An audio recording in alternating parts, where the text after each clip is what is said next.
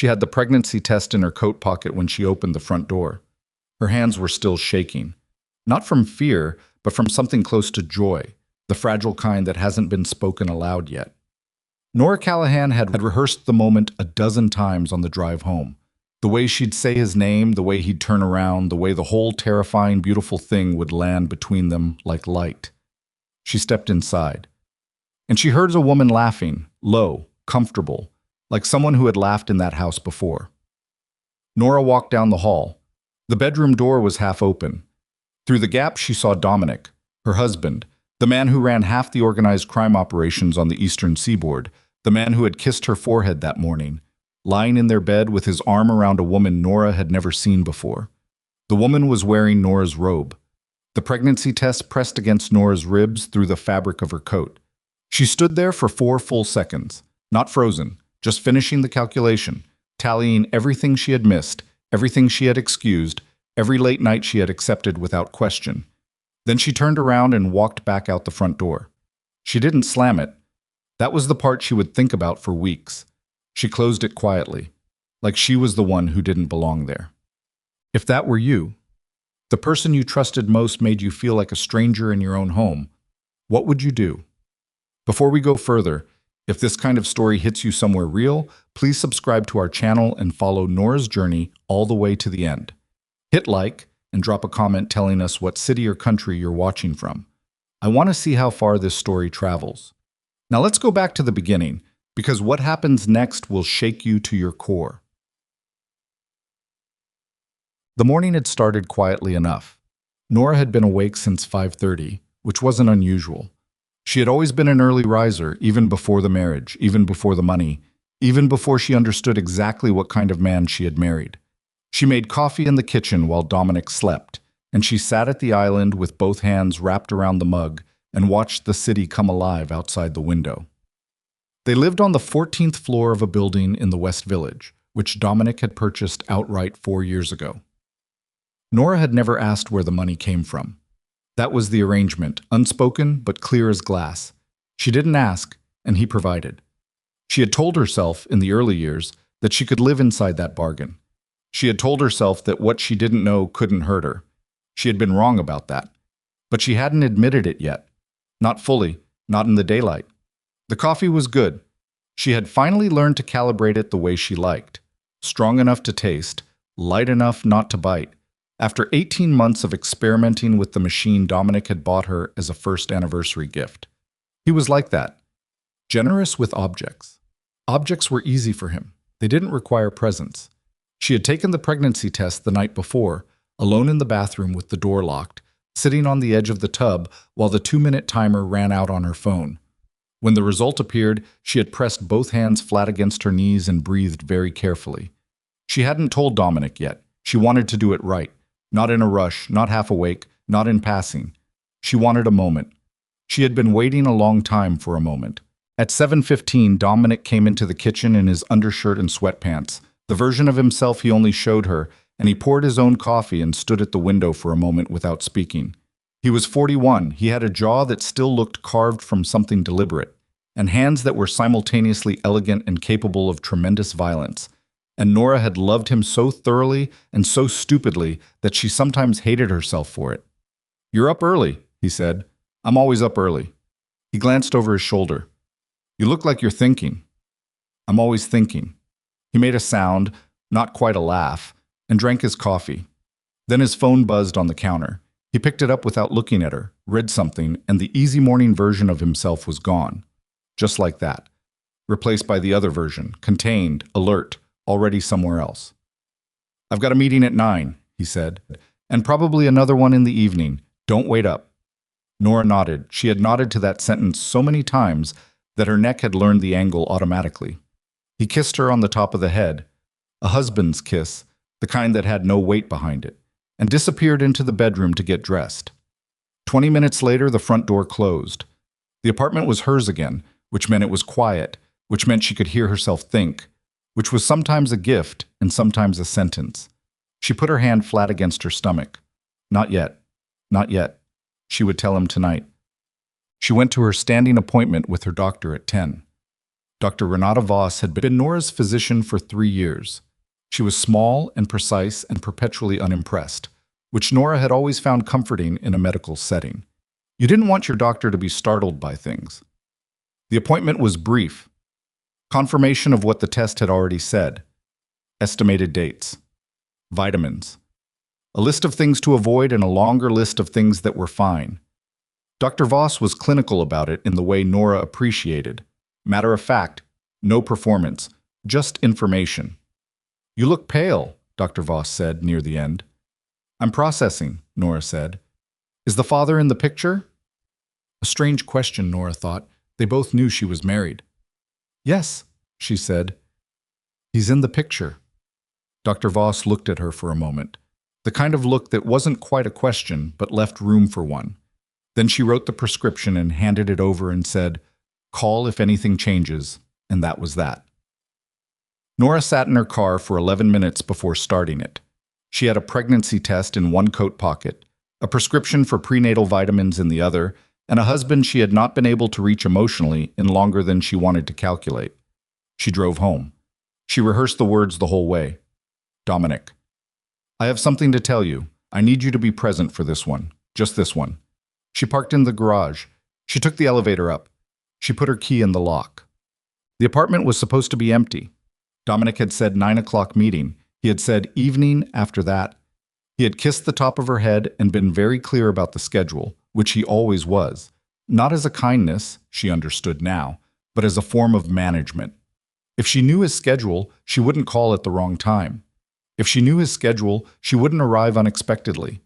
So when she stepped inside and heard the laugh, low, unhurried, landing in the air like it belonged there, her first thought was not rage. Her first thought was, there's been a mistake. She had heard the laugh before she registered what it meant. She walked down the hall because her legs still worked, because her brain was still running the wrong program, the one where this was her home and she was allowed to walk down the hall. The bedroom door was half open. She stopped. Through the gap she saw the bed. Their bed. The one they had picked out together from a furniture store in Soho, the one she had been very specific about because she wanted the headboard to be solid, something that felt like it would last. And in that bed she saw Dominic. And in that bed she saw a woman she had never seen before in her life. The woman was on her back, laughing at something Dominic had just said, her dark hair spread across Nora's pillow. She was wearing Nora's robe, the cream-colored one Nora had bought in Italy 2 years ago, the one that had been hanging on the back of the bathroom door that morning, the one she had specifically not worn because she was saving it for a good day. Dominic had his arm around the woman's shoulders. He looked completely relaxed. That was the thing that cracked something loose inside Nora. Not the presence of another woman, not the violation of the bed, not even the robe. It was how relaxed he looked. Like this was normal. Like this was a Tuesday. Nora stood in the hall for 4 full seconds. She counted them later, lying in a parking garage 3 miles away, trying to reconstruct exactly what had happened in what order. 4 seconds. Then she turned around. She walked back down the hall. She reached the front door, and she closed it quietly. Not a slam, not a performance. She pulled it shut behind her and heard the mechanism click into place and stood in the hallway outside her own home for a very long time before her lungs remembered what they were for. She drove to the parking garage because she needed to be somewhere enclosed. That wasn't the apartment. She sat in the car on the 3rd level and stared at the concrete wall in front of her and very carefully did not cry, because she could feel that if she started, she would not be able to stop in a functional way, and she could not afford to not be functional right now. The pregnancy test was still in her coat pocket. She took it out and held it in both hands and looked at it for a while. Then she put it in the glove compartment, very precisely, very deliberately, the way you put something away when you're not ready to decide what it means. She took out her phone. She looked at the last text from Dominic, sent that morning from somewhere between the bedroom and the front door. Tonight probably late. Don't overthink it. Don't overthink it. She had read that text at 7:45 this morning and thought nothing of it. Now she read it again and understood it was not casual. It was instruction. It was management. Don't look too closely. Don't ask too much. Don't be present at the wrong time. She put the phone face down on the passenger seat. She was 34 years old. She had been married to Dominic Callahan for 3 years. She had spent 2 of those 3 years telling herself that the distance between them was the cost of his life, the price of the world he operated in. She had told herself that men like Dominic were always partly somewhere else, and that you accepted that or you didn't accept it.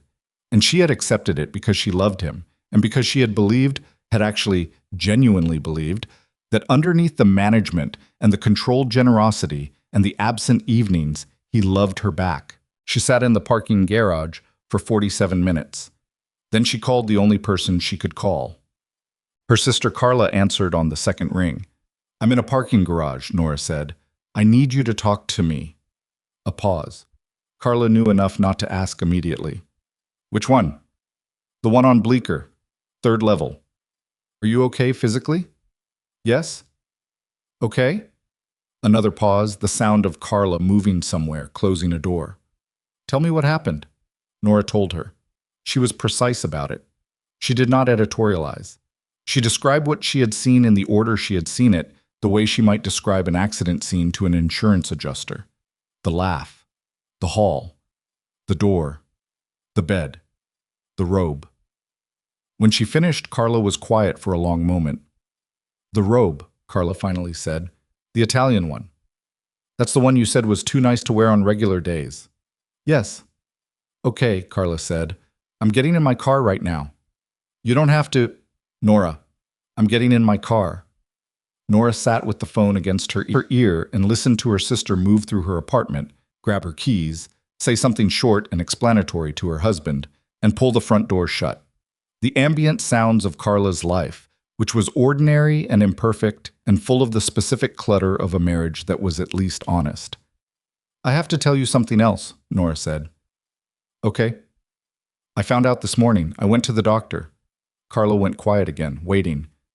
"I'm pregnant," Nora said. The silence stretched out for 5 full seconds.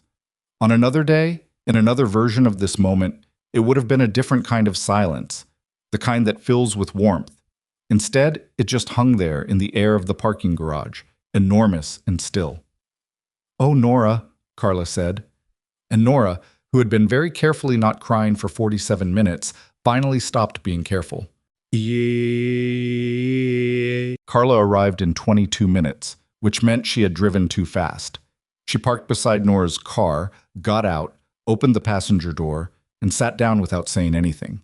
She was 2 years older than Nora, and had always been the more practical of the two, which did not mean she was cold. It meant she understood that practical was what you led with when the situation required it, and warmth was what you followed with when the person was ready. She looked at the glove compartment. "Is it in there?" Nora nodded. Carla didn't open it. She just put her hand over Nora's on the center console. "What do you want to do?" Carla said. Not, "What are you going to do? What do you want?" Nora had not asked herself that question yet. She had been asking herself, what does this mean? What do I do next? What is the correct sequence of responses to a situation that has destroyed the floor I was standing on? But not what she wanted. "I want to go back in time," Nora said, "to about 7 this morning." "I know." "I want to have not gone home when I did." "Nora, I know that's not useful." "It's not about useful. You're allowed to want that." Carla squeezed her hand. "But what do you actually want right now, in the next hour?" Nora looked at the concrete wall. "I want to know how long it's been going on," she said. "I want to know if I was an idiot or if I was deceived." "Those aren't mutually exclusive." "I know that too." Carla was quiet. Then, "Do you want to go back to the apartment?" "Not yet. He might still be there." "Your apartment." "He'll leave eventually." Nora pulled her hand back and rubbed her face with both palms. "He always does." The way she said it, "he always does," landed in the car like something heavy. Both of them heard it. The history in it. The years of accepted absence condensed into 4 words. "I need to think," Nora said, "and I need you to help me think. Not feel. I'll feel later. Right now I need to think." Carla nodded. That was the thing about Carla. She understood the difference. "Okay," she said. "Let's think." The woman's name was Renata Cho. It took Nora 3 days to find that out, and she found it through a process so methodical that it frightened her a little. The cold efficiency of it. the way grief could compress into something surgical when the alternative was falling apart. She did not confront Dominic that night. She went back to the apartment after she was sure he'd left, confirmed by his text at 8:15, heading to the Bronx, late meeting, and she moved through the rooms like a person looking for something she wasn't ready to name. She opened the bedroom. The sheets had been changed. That was careful of him, careful and practiced. She stood in the doorway for a long moment. Then she walked to the bathroom and looked at the hook on the back of the door. The robe was back, folded, not hanging. Nora picked it up.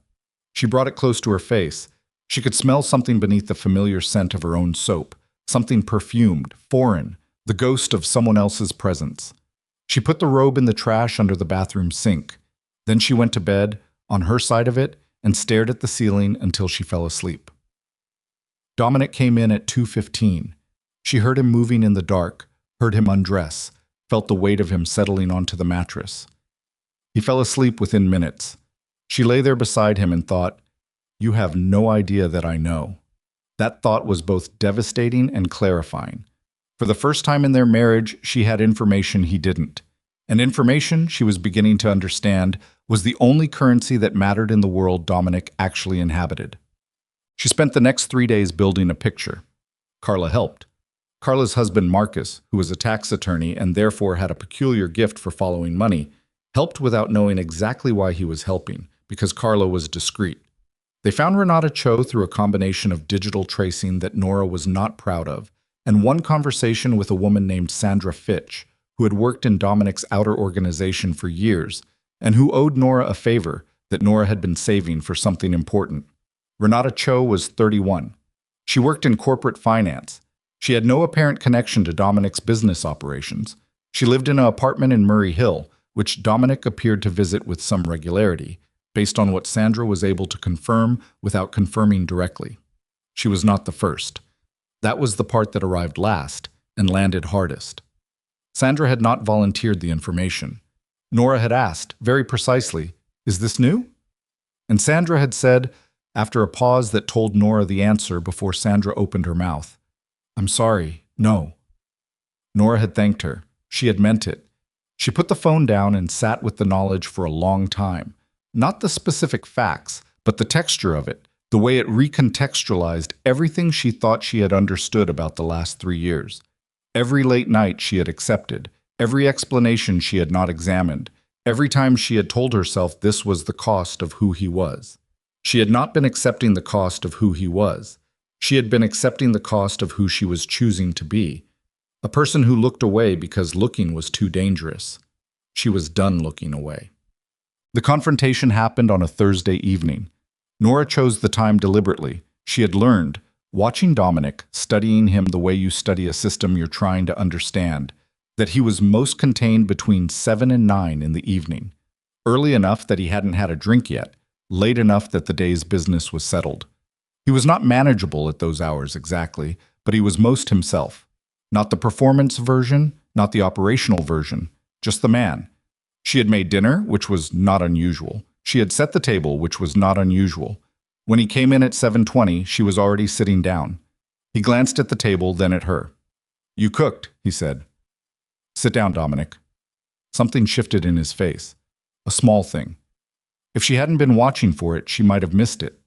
He sat. They ate for 6 minutes without speaking. The food was good. She had made sure of that. She wanted every variable controlled. "I need to tell you something," she said. He put his fork down. He had very good instincts. She had always known that about him. He could read a room faster than almost anyone she had ever met. He was already reading her. "Okay," he said. "2 things, actually. I'm going to tell you the easier one first." She looked at him directly. "I'm pregnant." He was still for a moment. Then something moved through his expression. Not the thing she had rehearsed being met with, not the warmth or the confusion or even the pride she might have hoped for in a different life. What moved through his expression was calculation. She could see it. He was deciding what to say. "Nora," he started. "Don't," she said. "Not yet. I have something else to tell you first." He stopped. "I came home early on Monday," she said. "I had the pregnancy test in my pocket. I was going to tell you then." She kept her voice level. This was important. She had decided it was important to be level, because if she wasn't level, she would become something easier for him to manage. I heard a woman laughing in the bedroom. I went down the hall. I saw you. Dominic's face did not do what she expected. She had expected denial. She had expected the controlled damage version of him, the version that could make unreality sound reasonable. She had been braced for it. Instead, he was quiet. For a very long time, he was just quiet. She was wearing my robe, Nora said. The Italian one. He looked at the table. How long? She said. Nothing. Dominic. How long? He looked up at her, and for once, for what felt like the first time in years, he looked tired. Not the performance of tired, not the managed exhaustion he wore when he wanted her sympathy. Actually tired. Actually old, in the way that men of a certain kind get old when they've been carrying something heavy for too long. 2 years, he said. The word landed like a stone dropped from a height. 2 years. She had been married to him for 3. She did the arithmetic without wanting to. 1 year of something real or something she had mistaken for real, and then 2 years of this, of Renata Cho and Murray Hill, and her robe on someone else's shoulders, and late nights accepted without question, and text messages designed to manage her perception. Was there anyone before her? Nora said. He looked at the table again. Yes, he said. She breathed. How many? He didn't answer. How many, Dominic? It doesn't matter. It matters to me. He looked at her then, and something flickered in his eyes that might have been shame if she hadn't spent 3 years watching him carefully enough to know he didn't carry shame easily. What it actually was, she thought, was something closer to discomfort. The particular discomfort of a man who has been very good at a complicated lie, suddenly forced to account for it in complete sentences. Nora, I'm pregnant, she said again. Quietly. Not as an accusation, as a fact. And I've known about Renata Cho for 4 days. And I've been sitting in our apartment for 4 days deciding what I'm going to do. She put her fork down. I need you to understand something. I'm not asking these questions because I think the answers will make me feel better. I'm asking because I need to know exactly what I'm dealing with before I make any decisions. He was looking at her differently now. Good. You're deciding, he said. Yes. About everything, she said. The baby, the marriage, what I do next. She folded her napkin, which she had not unfolded in the first place, but the motion gave her hand something to do. But before I decide anything, I need you to understand one other thing. He waited. I know things about your business, she said, not because you told me, because I paid attention. For 3 years I paid attention, because I am not stupid, Dominic, whatever I may have let you believe. She held his gaze. I know enough to make your life very complicated if I choose to. The silence that followed was different from the previous silences. This one had weight. Dominic Callahan, who had never in Nora's experience been genuinely unsettled by another person, sat across the dinner table from his wife and looked at her like he was seeing her clearly for the first time.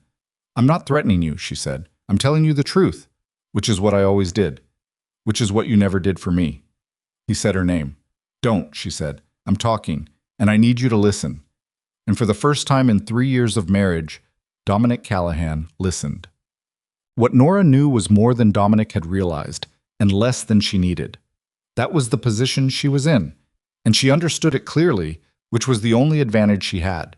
She was not operating with full information. She was operating with enough information to make him uncertain, which was different, and probably more useful in the short term. She had told him the truth. She knew things. She had learned, by paying attention over 3 years, the general shape of his operations. Names she had heard in partial conversations. A business in New Jersey that he described as logistics, but that received a specific kind of call. A man named Orloff, who arrived at the apartment once and waited in the hallway while Dominic came out to speak to him, which you did not do with anyone you were comfortable having inside. She did not have documents. She did not have recordings.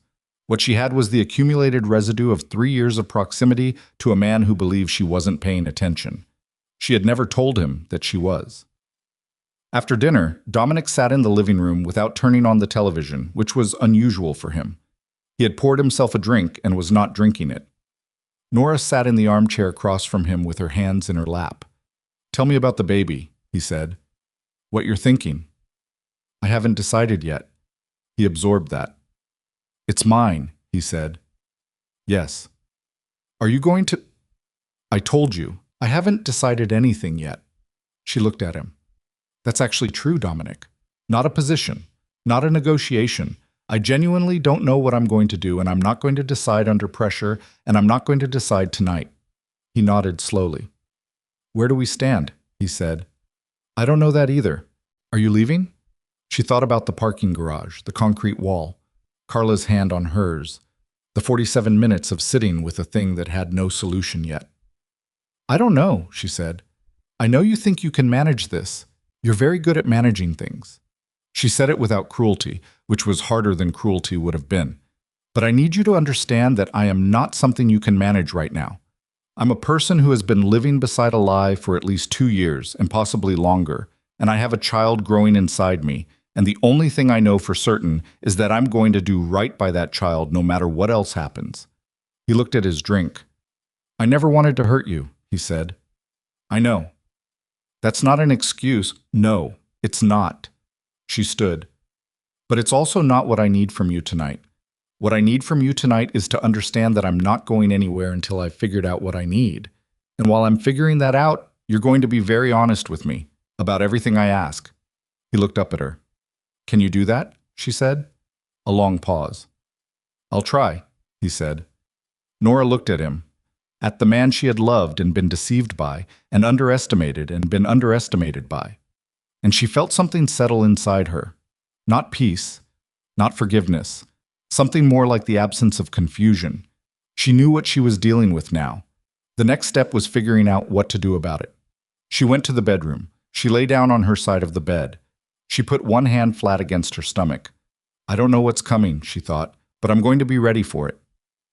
Outside the window, the city continued without her. 14 floors below, a man she didn't recognize got out of a black car and looked up at the building for 3 seconds, then walked away. Nora didn't see him, but he had been watching her window, and he would be back.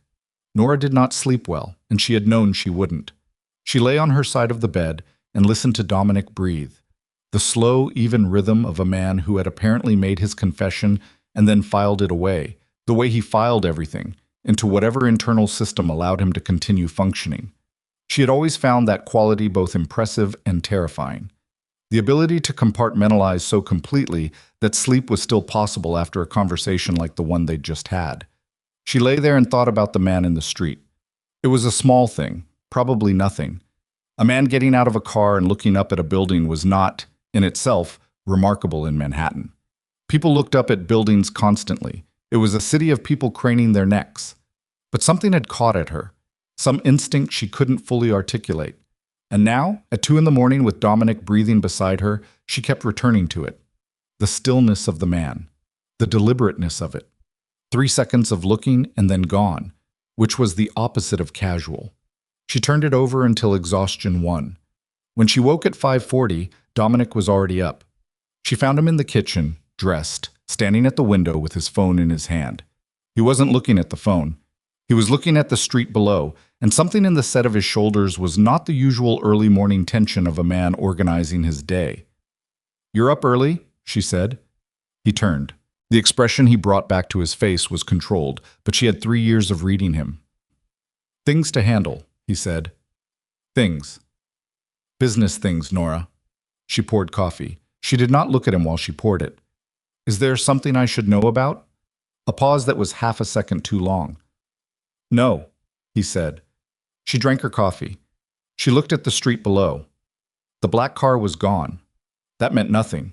Or it meant something. She did not yet have enough information to know which. "I want to talk more," she said. "When you get back." "We will." "Not a general we will. I want to set a time." He looked at her. Something moved through his expression, a flicker of the previous night's unusual honesty, and then the operational layer sliding back over it. 7, he said. "I'll be back by 7. She nodded. He left. She stood at the window and watched the street. A delivery truck. 2 women with strollers. A man in a gray coat reading his phone on the corner. Not the same man as last night. Different posture, different coat, but standing still in the same way. Oh. She called Carla at 8. I need Marcus, she said. Not as a lawyer, as a person who understands how money moves. Carla was quiet for a moment. How complicated? I don't know yet. Maybe not complicated at all. Maybe very. Does this have to do with Dominic's business or the marriage specifically? I don't know that either.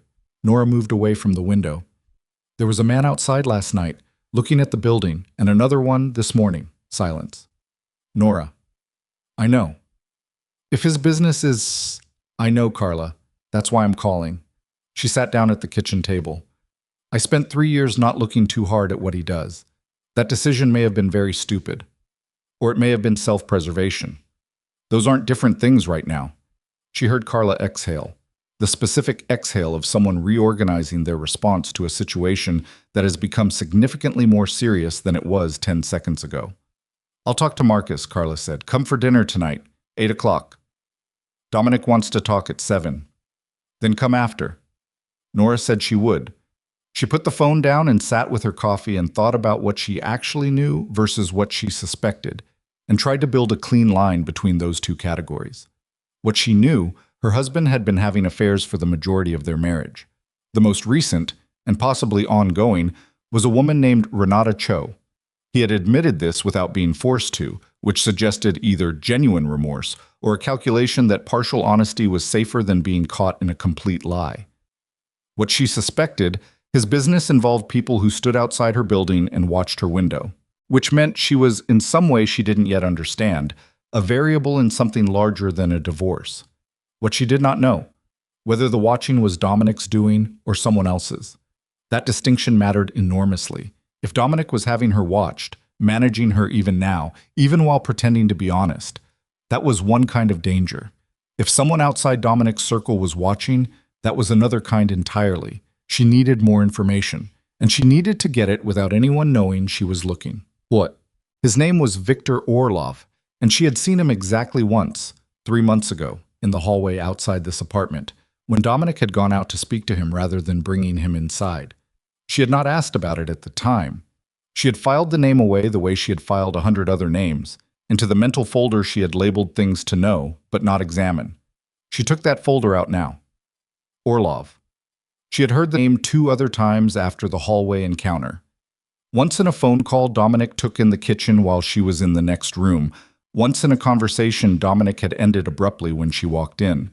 Both times, the name had carried a particular weight in Dominic's voice. Not fear exactly, respect of the cautious variety. She took out her laptop and started with what was publicly available, which turned out to be very little. Victor Orlov existed as a named officer in 3 shell companies registered in Delaware and 1 in Nevada, all of which listed their business category as consulting. There were no photographs attached to any of the business filings. There were no news articles.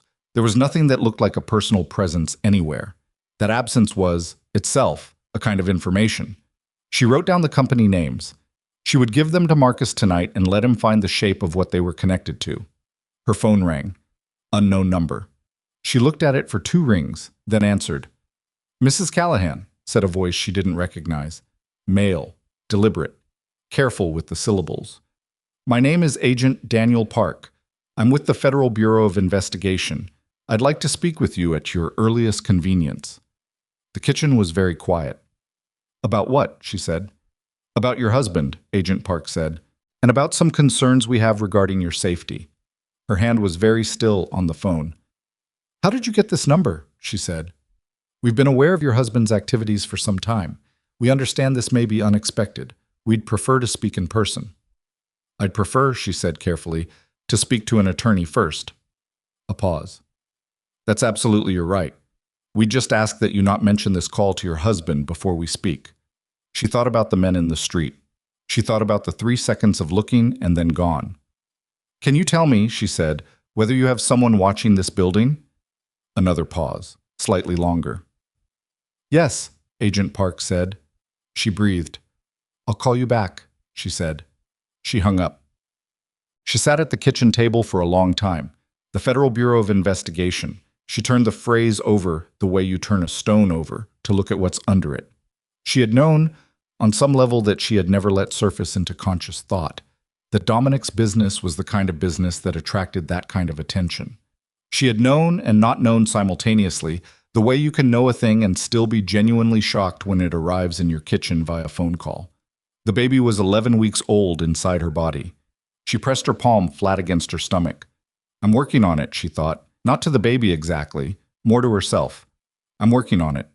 She called the only attorney she knew personally, a woman named Helena Cole, who did family law and had been Carla's attorney during a contract dispute 2 years ago. Helena was careful and smart, and crucially, had no connection to anything in Dominic's world. Helena answered on the third ring. I need a referral, Nora said. Criminal defense, someone very good, and I need it today. A pause. Are you in trouble?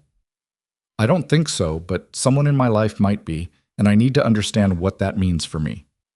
Okay, give me an hour. She gave her an hour. She spent it cleaning the kitchen with unusual thoroughness, wiping down surfaces, reorganizing the cabinet above the stove, the kind of physical activity that occupies your hands while your mind runs a parallel track.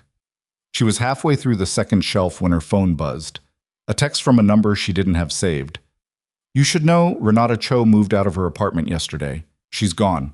Ask Dominic where. She read it 3 times.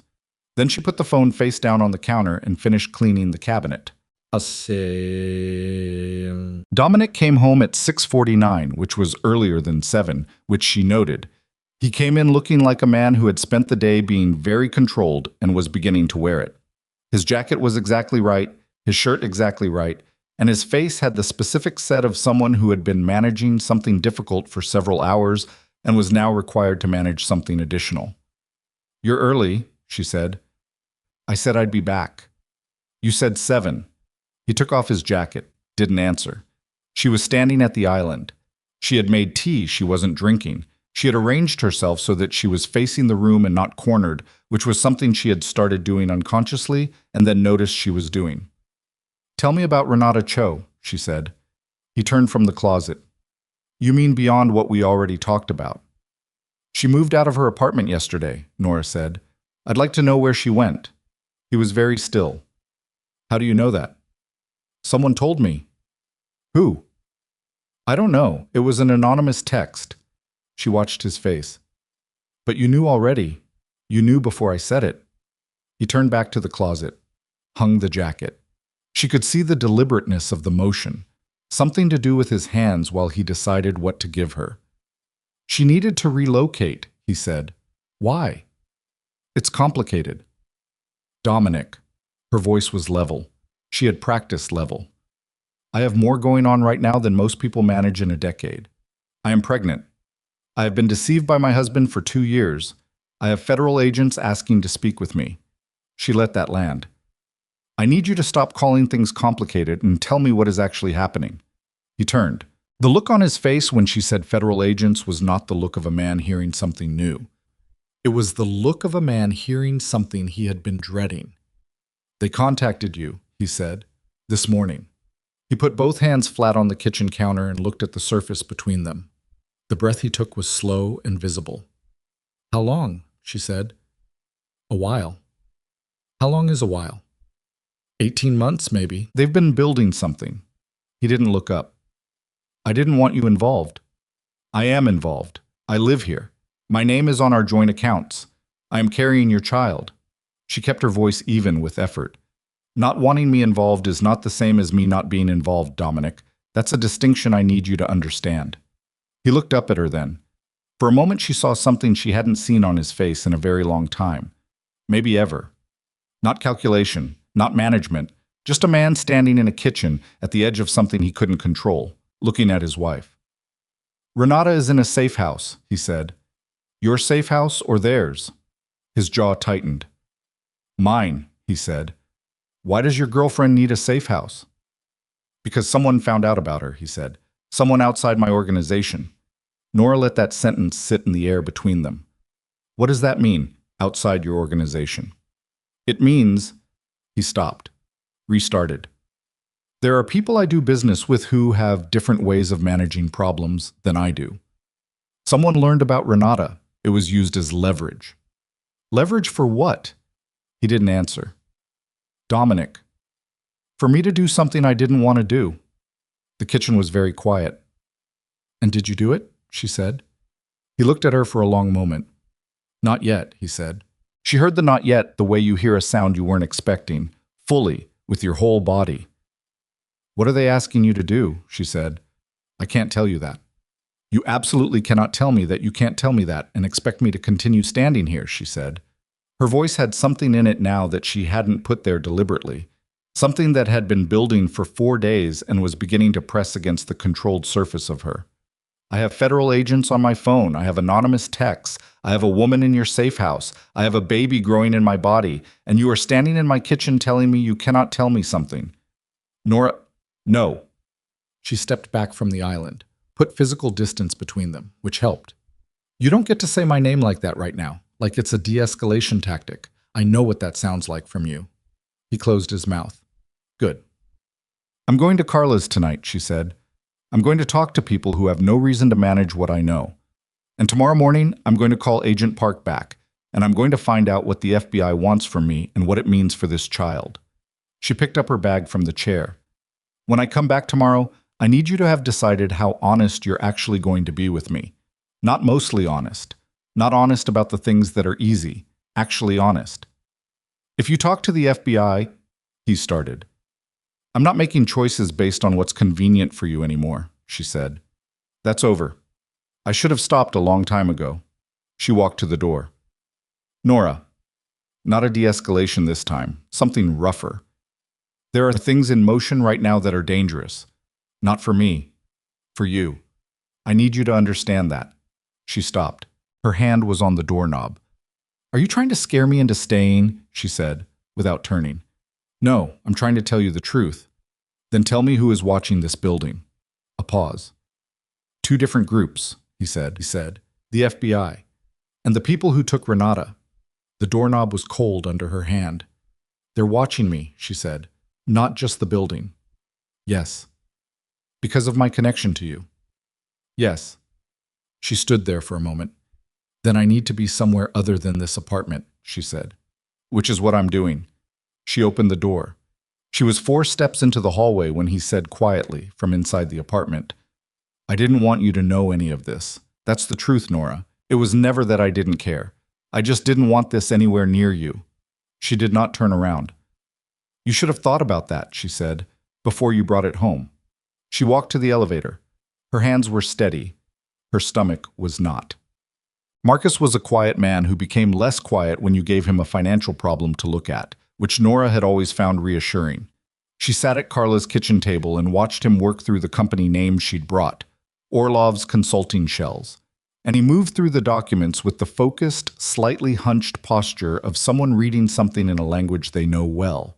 Carla made tea and sat beside Nora, and did not ask unnecessary questions, which was the best thing about Carla. These are layered, Marcus said, after 20 minutes. Delaware, Nevada, and then an LLC in Montana that doesn't come up unless you know to look for it. He tapped the screen. The Montana company has an operating agreement that lists beneficial ownership to an entity in Cyprus. What does that mean in plain language? Nora said. It means the money that runs through these companies is designed to be very difficult to trace to a real person. He looked at her. This is not something your attorney drew up. This is professional work, the kind that costs a significant amount and is done by people who specialize in not being found. Can you find the Cyprus entity? Probably not tonight, maybe not without specific access that I don't currently have. He looked at her carefully. Nora, if the FBI is already looking at this, they have resources that will take them where I can't go in an evening. I know, she said. I'm saying, the question isn't what this is connected to. The question is what you do with what you know. She drank her tea. Agent Park wants to talk to me, she said. And Dominic told me tonight that there are 2 groups watching the apartment, the FBI and someone else. Someone who apparently has his girlfriend in a situation and is using it to pressure him into doing something he doesn't want to do. Carla and Marcus exchanged a look. What do they want him to do? Marcus said. He wouldn't tell me. The fact that he said not yet, Carla said slowly. He hasn't done it yet. Right. Which means there's still time before he does. If he does, Nora said. I don't know if he's going to. You don't know him as well as you thought you did, Carla said. Not cruelly, just precisely. No, Nora agreed. I don't. She sat with that for a moment. Then her phone buzzed. It was a message through the secure messaging app she'd downloaded that afternoon at Helena's suggestion. The number was unlisted. She opened it. Mrs. Callahan. We know your husband has been contacted. We know you're at your sister's address. We suggest you encourage your husband to cooperate. The alternative will be more difficult for everyone involved, including the child. The child. Her hands went cold. Carla looked at her face. What is it? Nora turned the phone so her sister could read it. Carla read it twice. Marcus read it once and then stood up and went to the front window and looked at the street below. There's a car, he said. Dark blue. Been there since you arrived. Nora looked at the message again. The child. They knew she was pregnant, which meant Dominic had told someone, or someone had found out through other means. And either way, the boundary she had believed existed between her life and his was not a boundary at all. It had never been a boundary. She had simply been standing inside his world without knowing it, and now the walls had become visible, and they were much closer than she had understood. She thought about what Dominic had said. I didn't want this anywhere near you. Too late. It was already here. She looked at Carla and said very quietly, I need to call Agent Park tonight. Okay, Carla said. And I need you to understand that whatever comes next is going to be complicated and probably frightening, and I need you to tell me right now if you want me to handle it somewhere else so it doesn't touch your family. Carla looked at her for a long moment. Then she reached across the table and put her hand over Nora's. Stop, she said. You are my family. Handle it here. Nora called Park at 9:47. He answered on the first ring, which told her he had been waiting. I want to meet, she said, tomorrow morning. And I want to bring an attorney. Of course, Park said, and I want to know one thing before I agree to anything. What's that? The people watching my husband, she said. The ones who aren't you. How dangerous are they? Park's pause was the kind that told you everything. Mrs. Callahan, he said carefully, I'd strongly recommend you don't go back to your apartment tonight. Nora looked at the dark blue car outside her sister's window. They already know I'm here, she said. Yes, Park said. We know they do. Then I'm not safer anywhere else tonight. Probably not, he admitted. She absorbed that. Tomorrow, she said. 9 o'clock. And Agent Park. She stopped. Reorganized. My husband told me tonight that he hasn't done what they're asking him to do yet. Does that matter to you? Another pause. Yes, Park said. That matters considerably. Then we have something to talk about. She ended the call. The blue car sat motionless on the street below. Marcus had turned off most of the lights, which was probably smart. Carla had gone to check on her kids and come back with a blanket. She draped over the back of the couch without saying anything about it.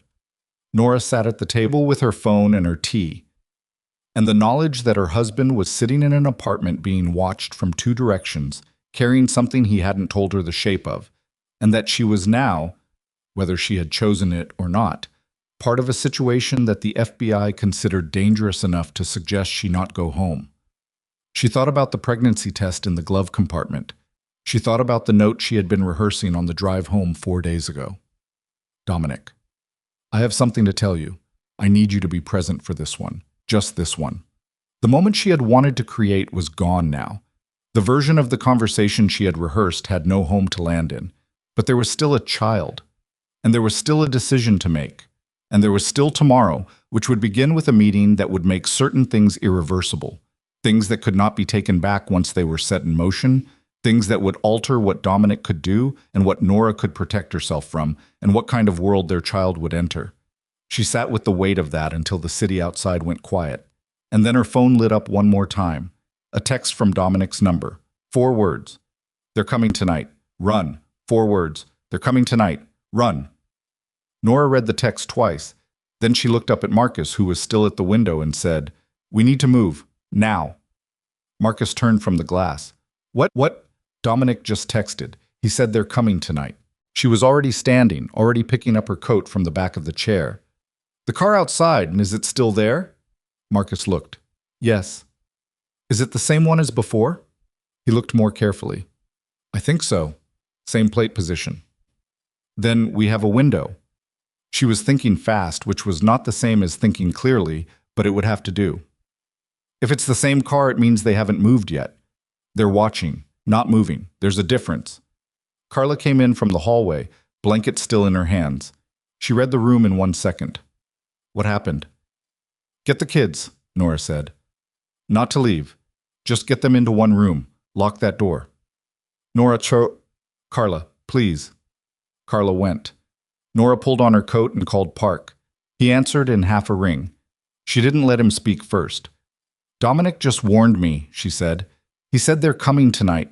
I'm at my sister's. There's a car outside that's been there for an hour. A pause. Brief and professional. Which side of the building? Park said. West side, dark blue sedan. I need the cross streets. She gave them. She heard Park speaking away from the phone, short, clipped, operational. The sound of someone who had been waiting for exactly this phone call and was now executing the preparation they'd already made. Mrs. Callahan, Park said, back on the line. We have people 3 blocks out. I need you to stay inside and away from the windows for the next 8 minutes. 8 minutes, she repeated. 8 minutes. Do not go out the front door. Is there a back exit? I don't know the building. It's not my building. Find out. She went to Marcus. Is there a back way out? Service stairs, Marcus said. Takes you to the alley on the north side. There's a service stairwell to a north alley, she told Park. Good. Do not use it yet. 8 minutes. She hung up. The apartment was quiet in the specific way apartments get quiet when everyone inside is holding still. Marcus stood at the edge of the window, out of sightline from outside but close enough to watch. He was a tax attorney who coached his daughter's soccer team on weekends and had never in his life needed to know how to do any of this, and he was doing it with a steadiness that Nora would think about later, when she had room to be grateful. Still there, he said. Nobody getting out. Okay. She was moving through the kitchen, looking for something to put in her coat pockets that was useful.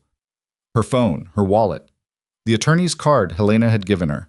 She took the prenatal vitamins off the counter, she had brought them in her bag, and put them in the inside pocket, which was an absurd thing to prioritize, and she knew it and didn't stop. 6 minutes. She called Dominic.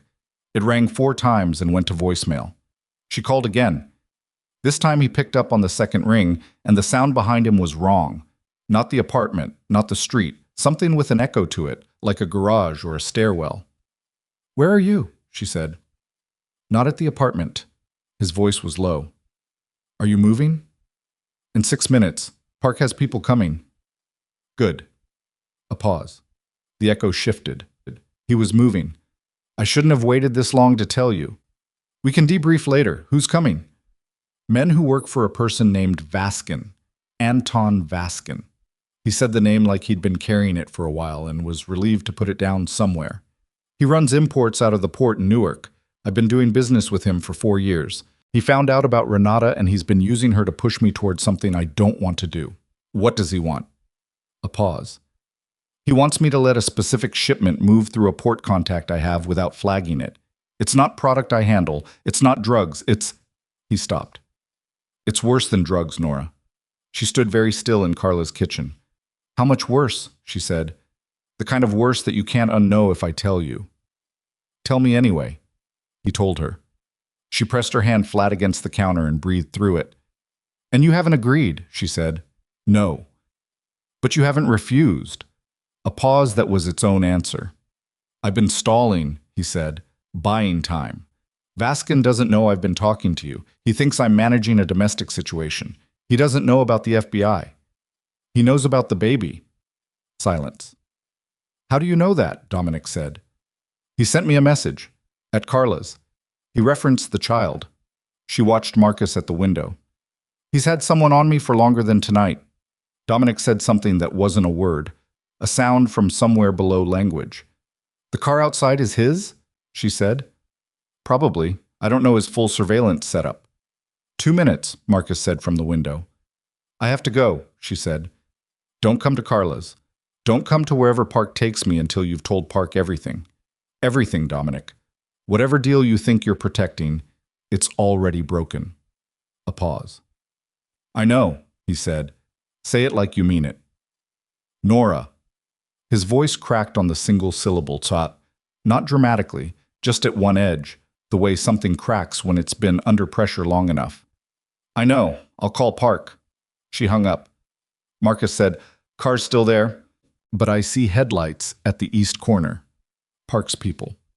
Time to go, she said. They took the service stairs. Carla had the kids in the back bedroom with the door locked, and Marcus's sister-in-law, who lived on the same floor and had appeared with the specific, no-questions pragmatism of a woman who had navigated enough family crises to know when to ask and when to just show up. Nora and Marcus went down 6 flights in the dark, which was not as terrible as it should have been, because Marcus had his phone flashlight, and because Nora was operating on the particular adrenaline that cuts through panic and leaves only function. The alley was cold and smelled of garbage and wet concrete. A car was already there, dark, idling, unmarked. A man in a gray jacket stood beside it. Mrs. Callahan? He said. Yes. Agent Torres, I work with Park. Let's go. She got in. Marcus got in beside her. The car moved before the door was fully closed. They took her to a federal building in Lower Manhattan that she had driven past 100 times without registering. Park was already there. He was younger than his voice, mid-30s, with a face that had already learned to give very little away, and eyes that were doing most of the actual work. He shook her hand and thanked her for coming and did not waste time on anything ceremonial. Your attorney isn't here yet, he said. Helena Cole is on her way, Nora said. She'll be here in 20 minutes. Then we'll wait. We can start, Nora said. I'll stop you if we get to anything I won't say without her. Park looked at her for a moment. Then he nodded and sat down across the table from her. Marcus sat against the wall. He had asked, quietly in the car, whether Nora wanted him there or in the hallway, and she had said there because she needed at least one person in the room whose loyalty was not complicated. Anton Vaskin, Nora said. She watched Park's face. He didn't flinch. What about him? My husband just told me on the phone that Vaskin has been pressuring him, holding something over him. He said Vaskin wants Dominic to let a shipment move through a port contact without flagging it, and that the shipment is… She paused. She thought about what Dominic had told her, the kind of worse that you can't unknow. Not product Dominic handles, something significantly worse. Park was very still. Your husband told you this, he said, 20 minutes ago. Did he say he was going to contact us? I told him to call you. He said he would. Park looked at Torres, who was standing by the door. Something passed between them, professional, rapid, the shorthand of people who had worked together long enough to not need full sentences. The shipment, Park said. Did he give you details? Dates? Port? Volume? No, he was moving. He didn't have time. She looked at Park directly. But I want to understand something before we go further. You've been watching Dominic for 18 months. You have surveillance on my building. You clearly have some awareness of Vaskin. Where does this investigation currently sit? Because I need to understand what I'm walking into if I help you. Park considered this. We have Dominic on the perimeter, he said carefully. We know what he does generally. What we don't have is the connection between Dominic's operations and Vaskin's supply chain. That connection is what we need. Without it, Vaskin is very difficult to touch. And Dominic is the connection. Yes. So you need him to cooperate. We'd strongly prefer it. Nora looked at the table surface for a moment. What happens to him if he cooperates? She said. That depends on what he gives us and how complete his cooperation is. I'm not asking for guarantees, I'm asking for a realistic picture. Park leaned back slightly. Cooperation with something at Vaskin's level, if the information is substantive and leads to prosecution, would be considered very seriously at the sentencing stage. There are also witness protection provisions that could… Stop, she said. Witness protection. In certain circumstances, yes. She sat with that word. Witness protection. The apartment. The building in the West Village. The coffee she had made that morning. The bedroom with the changed sheets. The robe in the trash under the sink. All of it was already gone in some version of the future that was now becoming the most likely version. If Dominic cooperates fully, she said, and I assist, what is my legal exposure? As far as we're aware, you have none, Park said. You're not named in any of our investigations. You have no documented involvement in your husband's business. You've been, by all indications, a civilian. A civilian who paid attention, she thought. A civilian who noticed and filed and never asked. Helena Cole arrived at that moment, slightly out of breath, in a coat she'd grabbed quickly, with the look of a woman who had reorganized her entire evening around a phone call and was running on professional adrenaline. She sat down next to Nora and said, "To Park, we'll need a few minutes." Park nodded and stepped out with Torres. Helena looked at Nora. "Tell me everything." Nora told her. All of it. From the text message to the car outside Carla's building to the phone call with Dominic to Vaskin's name and the shape of what was being asked of Dominic. She was precise and brief because Helena needed facts more than she needed emotional context. When Nora finished, Helena was quiet for a moment. "The FBI wants Dominic to be a cooperating witness against Vaskin," Helena said. "Yes. And Dominic may be willing. He said he'd call Park." "Has he?" Nora checked her phone. No messages from Dominic. "Not yet. Or not to me." "Okay." Helena straightened. "Here's what I want you to understand. If Dominic cooperates, and if his cooperation is clean and complete, there is a reasonable path through this. It won't be simple, and it won't look like your current life, but it's survivable." She met Nora's eyes. "The question is whether Dominic will actually do it. Men in his position frequently decide at the last moment that protecting their organization matters more than protecting their family. I've seen it happen more times than I want to count." "He warned me," Nora said. "Tonight, he didn't have to do that." "That's a data point," Helena said. "It's not a guarantee." "No," Nora agreed. "It's not." Helena called Park back in. The conversation that followed lasted 90 minutes. What? At 2 in the morning, Nora sat alone in a small room that the FBI used for exactly this purpose. A room with a couch and a coffee machine and a window that looked at a wall. She had sent Marcus home. She had spoken to Carla twice. She had drunk 2 cups of coffee that she probably should not have had. She had not heard from Dominic. Park came in at 2:15. He sat in the chair across from the couch and looked at her with the expression of a man who was about to say something that required a specific delivery. "Your husband called us at 11:50, Park said. "He spoke to my supervisor for 40 minutes. He's agreed to a preliminary cooperation arrangement." Something moved through her. Not relief. Not quite. Something more complicated. "Where is he now?" she said. "Safe. We have people with him." "And Vaskin?" "Vaskin doesn't know yet. We expect he'll find out within the next 12 to 24 hours that Dominic has made contact with us. At that point," Park paused. "At that point, the situation may escalate before we're able to contain it." "What does that mean for me?"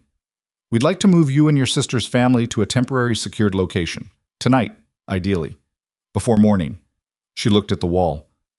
"My sister has 2 kids," she said. "A 9-year-old and a 6-year-old. We'll make sure it's appropriate." "And Dominic? Will I see him?" "In time, not immediately." She pressed her palms against her knees. "There's something you haven't told me," she said. She was looking at Park's face and reading the thing underneath his controlled delivery. "Something that happened in the 40 minutes he spoke to your supervisor." Park was quiet. "What did Dominic tell you?" she said. Another pause. Longer. "Mrs. Callahan," Park said carefully. "Your husband gave us a great deal of useful information tonight. Some of it was about Vaskin. Some of it was about his own operations." He stopped. "And some of it was information we didn't ask for." "What kind of information?" "The kind that changes the nature of your situation in ways I think you need to hear from us rather than from him." She held very still. "Tell me," she said. Park looked at her for a moment, measuring something, she thought. Not her reaction, but how much of the truth she was equipped to receive at 2 in the morning in a small room with a coffee machine. Renata Cho was not Dominic's girlfriend.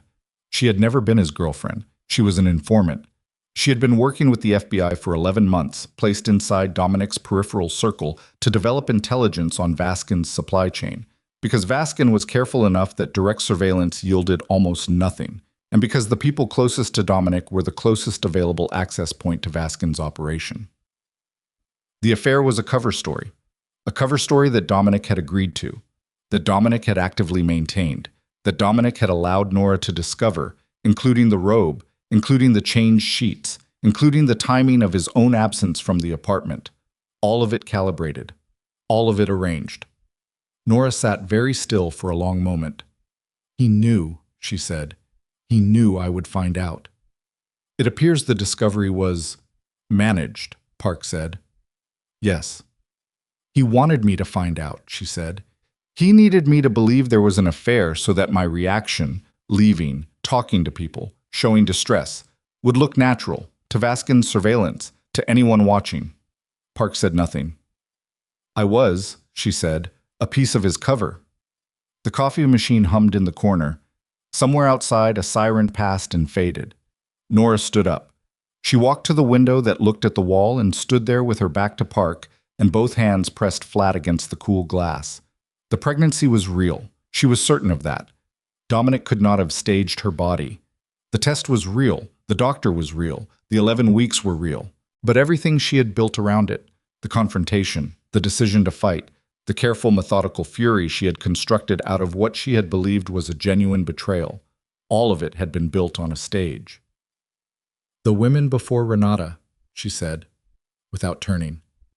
Were those real? A pause. We believe so, Park said. Yes. So it wasn't all performance? No, not all.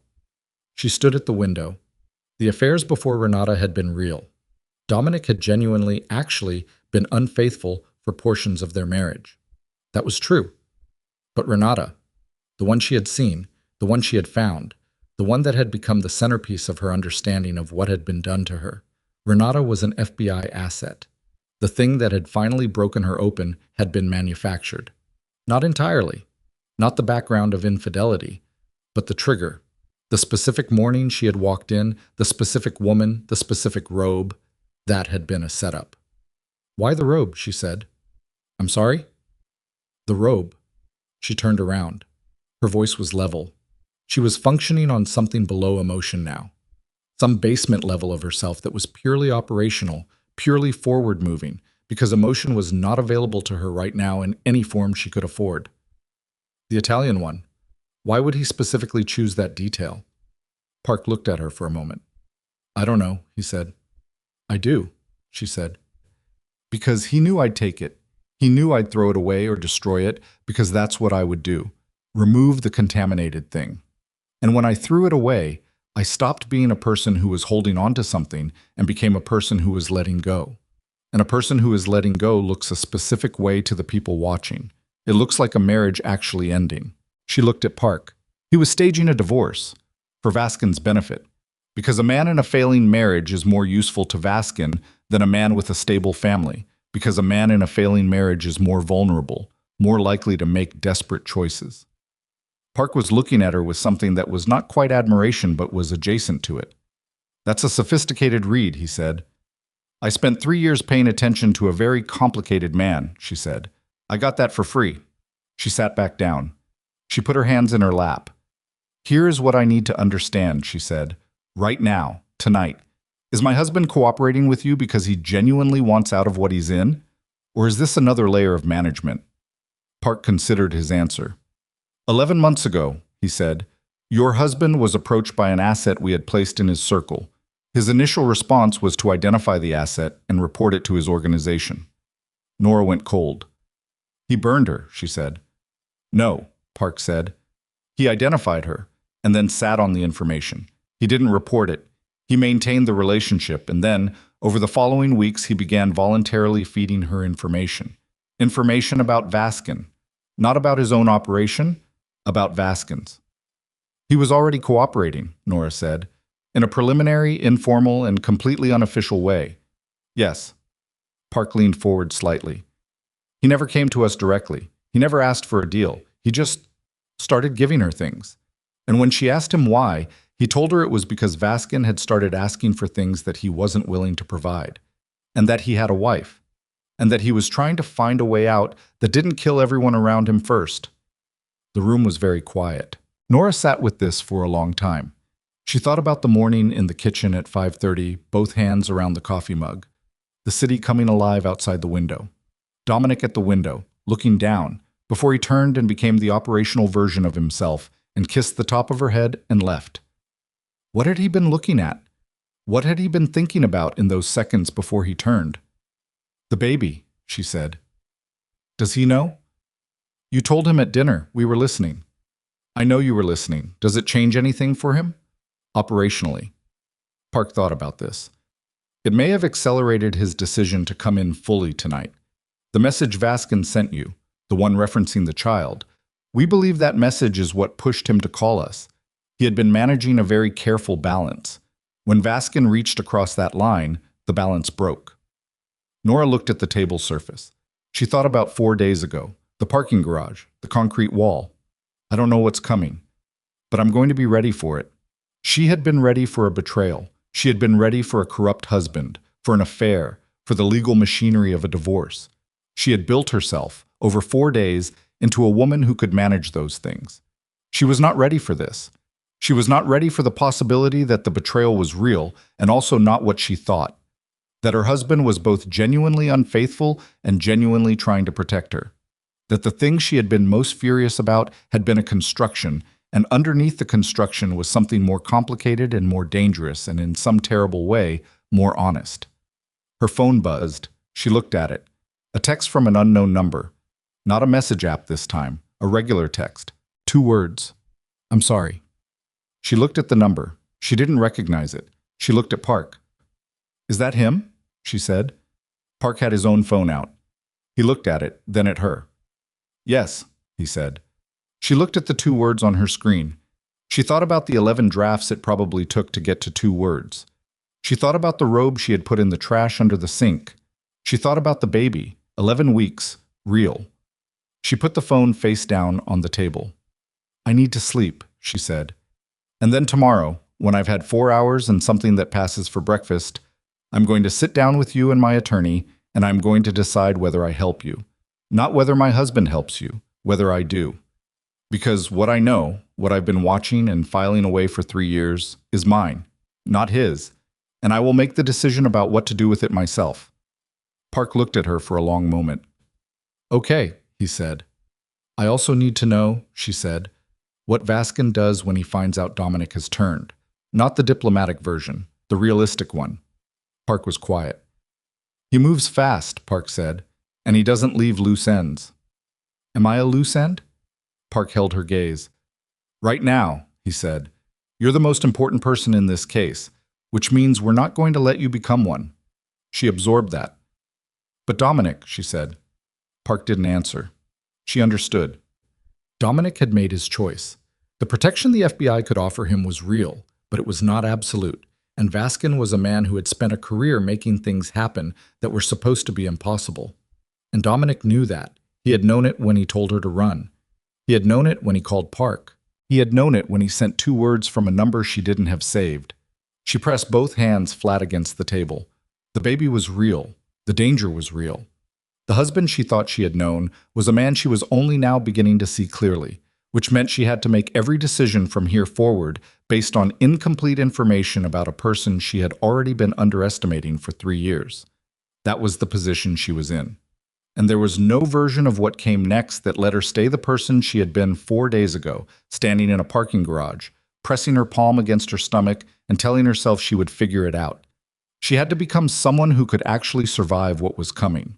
She wasn't sure she knew how to do that, but she was going to find out. She slept 3 hours on the couch in the small room with the coffee machine. Not real sleep, the kind of shallow, broken rest that deposits you back into consciousness, already exhausted, already tense, your body having decided that full unconsciousness was too dangerous given the circumstances. She woke at 5:40 with her coat still on and her shoes still on, and the particular stiffness of someone who had not let themselves fully let go even in sleep. She lay there for 60 seconds, looking at the ceiling, running inventory. Baby, real, 11 weeks, husband, cooperating witness, location unknown to her. Vaskin, aware within the next 12 to 24 hours that Dominic had turned. Her. In a federal building in Lower Manhattan, with information in her head that 3 different parties would find useful and 1 would find dangerous. She sat up. Her mouth tasted like bad coffee and no sleep. She found the bathroom and splashed water on her face and looked at herself in the mirror for a moment, the smudged mascara, the set of her jaw, the eyes that had the particular flatness of someone who has processed too much in too short a time and is now running on something below emotion, something more like raw function. She looked like her mother, she thought, in the photographs from when her mother was young, before everything got easier. The same jaw, the same refusal to look away from what the mirror was showing. She dried her face and went to find Park. I was already at his desk at 6:15, which suggested he had not slept at all, or had slept somewhere in the building and was very good at not showing it. He had coffee, real coffee, not the machine in the small room, and he put a cup in front of her without asking. Helena arrived at 6:40. She had gone home for a few hours and come back looking more composed than anyone had a right to at that hour. Her coat exchanged for a fresh jacket, her hair arranged with the specific efficiency of a woman who had learned to move fast in difficult situations. They sat in the same conference room as the night before. "Before we talk about what I know," Nora said, "I want to know where Dominic is." "He's in a secured location," Park said. "He's safe." "I want to speak to him." Park looked at Helena, which was the wrong direction to look. "That's my client's request," Helena said. "We'd like it accommodated before she provides any further information." A pause. Park pulled out his phone, sent a text, and waited. The response came back in under 2 minutes. "Tonight," Park said, "after we've completed the formal cooperation agreement on his end. He's still working through the details with our legal team." "What details?" Nora said. "What he'll give us, what he'll testify to, what we can offer in return." "Is it going well?" Park looked at her. "He's being very thorough. That's the most I can say." She drank her coffee. "Then let's do this," she said. She told them everything. She was precise and methodical, moving through it the way she had been moving through everything since Monday morning, the way you moved when emotion was not a resource you could spend. She told them about the names she had collected over 3 years, the patterns she had noticed, the business in New Jersey, Orlov and the shell companies, the specific conversations she had overheard, and the context she had assembled around them. The way money had moved through their joint accounts in patterns she had noticed but never asked about. It took 4 hours. Helena stopped her twice to clarify what was voluntary disclosure versus what would be compelled if it came to that, and each time Nora let her do it without impatience, because Helena was doing the right thing by the right professional standard, and Nora respected that. By 10:30, Park had filled a legal pad, and his colleague, a younger agent named Diaz, who had sat against the wall taking notes the entire time, had filled 2. "You've been watching this for 3 years," Park said. It wasn't quite a question. "I didn't know what I was watching," she said. "I just watched." "Why?" She thought about it. The honest answer, not the useful one. "Because I loved him," she said. "And because loving someone you don't fully trust means you pay very close attention. You don't even decide to. You just do." Park looked at her for a moment. Then he looked at his legal pad. "There's something you gave us this morning," he said, "that I want to come back to. The New Jersey business. You said you overheard Dominic use the phrase clear routing in connection with it on 2 separate occasions." 3, she said. "Twice on the phone and once talking to Orlov in the hallway." Clear routing is a term Vaskin's organization uses internally for shipments that have been cleared through a port contact in advance. We have it documented in intercepted communications. Park looked at her directly. "You just connected a phrase in your husband's usage to a term in Vaskin's internal communications, which is something we have been unable to do through any other means." She absorbed that. "So that's useful," she said. "That's significant," Park said. Her phone buzzed on the table. Unknown number. She looked at it. Park looked at it. "Don't answer yet," he said. He nodded at Diaz, who was already moving. It buzzed twice more. Diaz gave a quick nod. She answered, "Mrs. Callahan." The voice was accented, but Eastern European, she thought, or something close. Deliberate. Unhurried in the way that people who are accustomed to being obeyed are unhurried. "I hope you slept." Federal buildings are not known for their hospitality. Her hand tightened around the phone. "Who is this?" she said. Flat. Give nothing. "A person who knows where your husband spent last night," the voice said, "and who knows about the child. Congratulations, by the way. A boy or a girl? What do you want?" "What I want is simple. I want your husband to honor a commitment he made to me. The complication is that your husband has apparently decided to complicate things." A pause. "I'm calling to tell you that the complication has a solution, and the solution involves you." Park was watching her face. She kept it still. I'm listening, she said. Your husband has information that is valuable to me. Information he has not yet given to the people currently sitting in the room with you. A pause. Yes, Mrs. Callahan. I know where you are. I know who is in that room. I know what you spent 4 hours discussing this morning. His voice had no particular warmth in it. It was the voice of a man describing logistics. Your husband has not given them everything. There is one piece he is holding. He's holding it because he believes it's his only leverage. I want you to tell him that leverage has an expiration date. Her stomach was tight. What piece? She said. He'll know. Another pause. You have 4 hours. After 4 hours, I become less interested in negotiation and more interested in resolution. You understand what I mean by resolution? I understand, she said. Good. The voice had something in it now that was almost conversational. Your husband made a choice to complicate things. But you haven't made that choice yet. I want you to understand that you still have the option of stepping out of this, taking your child and stepping entirely to the side. That option exists. And in exchange? In exchange, you encourage your husband to give me what I want. Which is what, specifically? Tell him I want the Meridian account. He'll know what that means. The call ended. The room was quiet. Park said, Did you get all of that? Diaz said yes. Park looked at Nora. Are you all right? No, she said. But I'm functioning. The Meridian account, Park said. Do you know what that is? No, she said. But he said Dominic would know. She looked at Park. Which means Dominic has been holding something back from you. Park's jaw tightened very slightly. It appears so. Then we need to talk to him. Now, not tonight. They drove to where Dominic was being held. It was a federal facility in a part of the city that had the particular anonymity of deliberately unremarkable architecture, the kind of building designed to not be what it looked like. She had a feeling she would not be able to find it again on a map. Dominic was in a conference room. He stood when she came in. He looked like a man who had been awake all night working through the most significant legal conversation of his life. His jacket was off. His sleeves were rolled. There were shadows under his eyes that were not cosmetic. He looked at her face and she watched something move through him. Something complicated. Something that had the shape of relief and also of bracing for impact. Nora, he said. Sit down, she said. He sat. She sat across from him. Park and Helena were in the room. Neither of them spoke. Vaskin called me, she said. 40 minutes ago. Dominic went very still. He knows I'm at the federal building. He knows what we discussed this morning. She watched his face. He mentioned the Meridian account. He said you'd know what that means. For a moment, Dominic didn't move. Then he closed his eyes briefly. Not dramatically, just for a second. And when he opened them, something had shifted. The last layer of management sliding off. How does he know I haven't given them that yet? Dominic said. It wasn't a question to her. It was a question to the room. That's what I'd like to understand, Park said.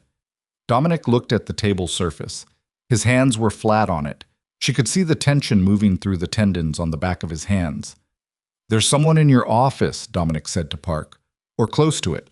Someone who's been feeding Vaskin information about this investigation. He looked up. I didn't tell you that this morning because I didn't know how to say it without it sounding like I was trying to protect myself. The room got very quiet. Who? Park said. I don't know their name. I know they exist because Vaskin told me, 8 months ago, that he had a source inside federal law enforcement in this city. He told me because he wanted me to understand that cooperation was not a viable option for me. Dominic looked at Nora briefly, and then back at Park. I've been trying to identify them for the last 3 months. I haven't been able to. Park stood up and walked to the door and opened it. He spoke to someone outside in a voice too low for Nora to hear. Then he came back. Tell me about the Meridian account, he said. Dominic looked at Nora. She stays, Nora said. He looked back at Park. Meridian is a financial account, offshore, layered, very clean, that Vaskin uses to receive payments for his highest level transactions, the ones that aren't run through any of the standard organizational channels. He paused. I have the account structure, the routing, The beneficial ownership chain all the way to the real name at the top. He held Park's gaze. The name at the top is not Vaskin. It's someone above him, someone who insulates himself very carefully. Park sat back down. "Why didn't you give us that this morning?" he said. "Because if I give you that name and your office has a leak, that person will know within hours that I've given it to you. And that person has significantly more resources than Vaskin." He looked at his hands on the table. "I wasn't protecting myself. I was trying to figure out how to give it to you safely." "There may not be a safely," Park said. "I know that now." Dominic looked at Nora. "Not for permission, something else."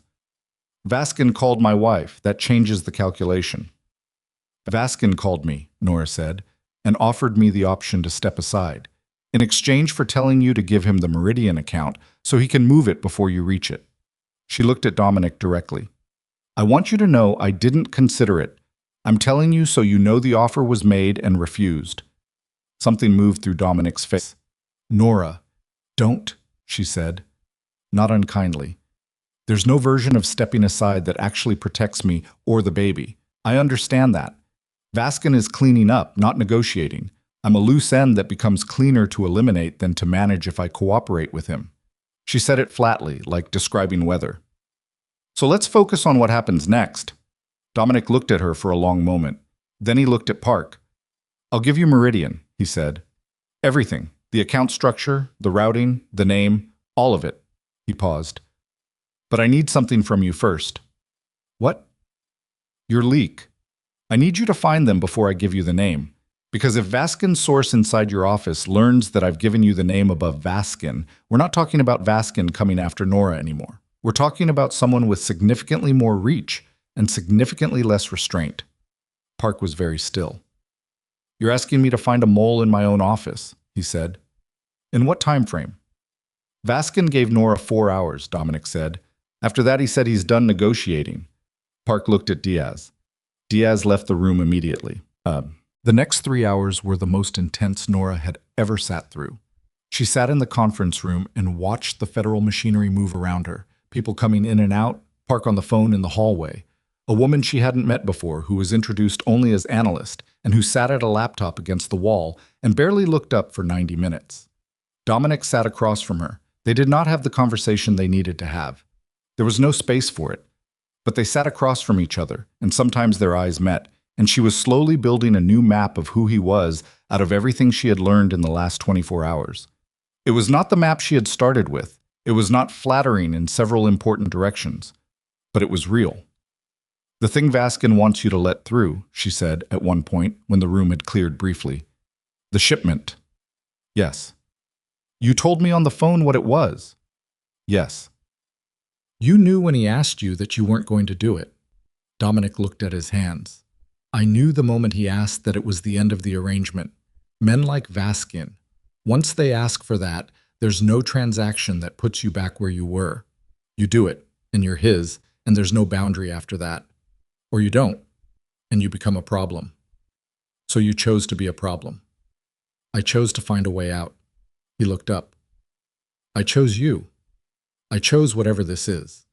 He indicated, vaguely, the room, the building, the implosion of his entire professional life. "I know that's not... I know I don't get credit for it. I know everything I did to get here means the credit doesn't work that way." His jaw tightened.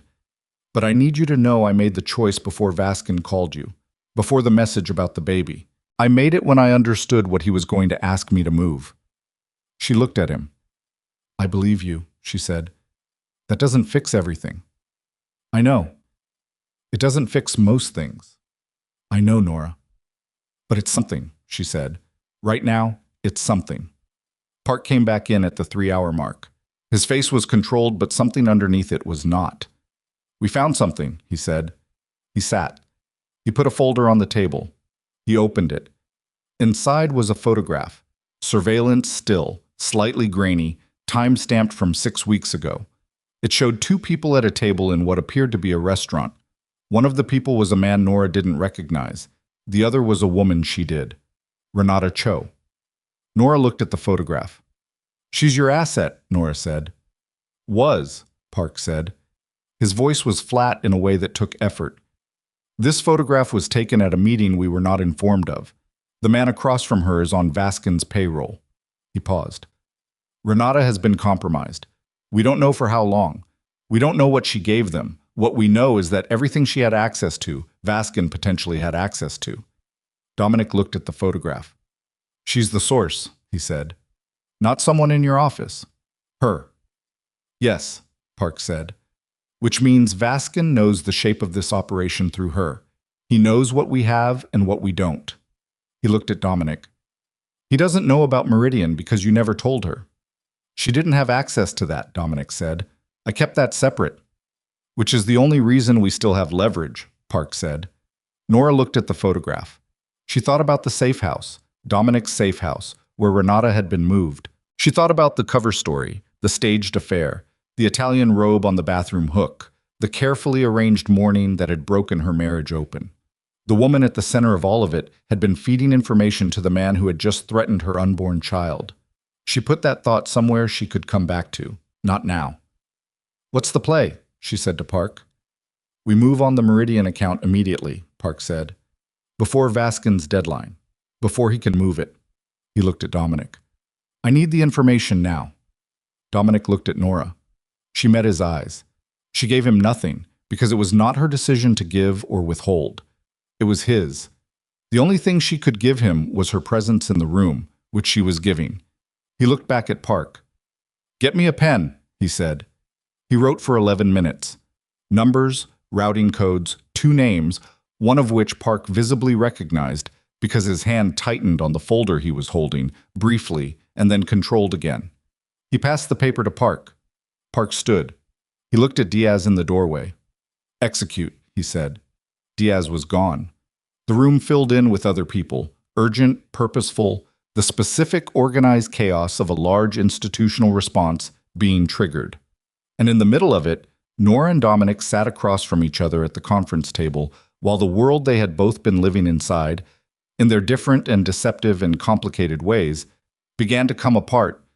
Her phone buzzed. She looked at it. Vaskin's number, or the number he had called from. She looked at Park. Park nodded. She answered. Your 4 hours aren't up, she said. A pause. No, Vaskin said. But I've become impatient. Something in his voice was different now. Not the unhurried logistics of the morning. Something tighter. He had heard something, or he was about to hear something, and he was calling ahead of it. Tell me your husband has made a reasonable decision. I'll tell you what I told you before, Nora said. I'm not a messenger between you and my husband. Mrs. Callahan, the tightness more pronounced now. I want you to think very carefully about what you're doing. The child you're carrying, stop, she said. The word came out the way certain words come out. Without decision, without preparation, from somewhere below the part of her that was still being careful. Stop, she said again. You do not get to use my child. Not as a threat, not as leverage, not as a variable in whatever you're calculating. Her voice was steady. She was surprised by how steady it was. You already tried that this morning, and I already answered you. The answer is the same now. Vaskin was quiet. I know what's happening to the Meridian account right now, he said. His voice had changed completely. The logistics were gone. What was underneath was something much colder. I know what your husband just gave them, and I want you to understand that I am not the kind of man who absorbs that without a response. Then absorb this, she said. Your source is done. We know who she is. Everything she gave you, we know she gave you, which means every advantage you think you have from her access is gone. She was listening to her own voice from a slight distance, calm, clear, saying things she had not planned to say, things that were either very smart or very dangerous, and she did not have enough information yet to know which. You have nothing left to negotiate with, so I'd suggest you think very carefully about what you do next. Silence on the other end of the phone was 7 full seconds. Then, tell your husband I'll be seeing him. The call ended. She put the phone on the table. Her hand was shaking very slightly. She pressed it flat against the table surface until it stopped. Dominic was looking at her. What did you just do? He said. Not angry. Something else. I told him what he needed to know, she said, which is that he has nothing. You also told him we know about Renata. He was going to know in the next 30 minutes anyway. That's not the point. The point is, he stopped. He looked at her with an expression she had not seen from him before. Not managed, not controlled, just actual. You know what he just decided, right? In that silence. You know what that call just made him decide. She looked at Park. Park was already on his phone. He's moving, Park said. Not to her. To someone on the other end. Yes. Right now. Get everyone positioned. He lowered the phone. He looked at Nora.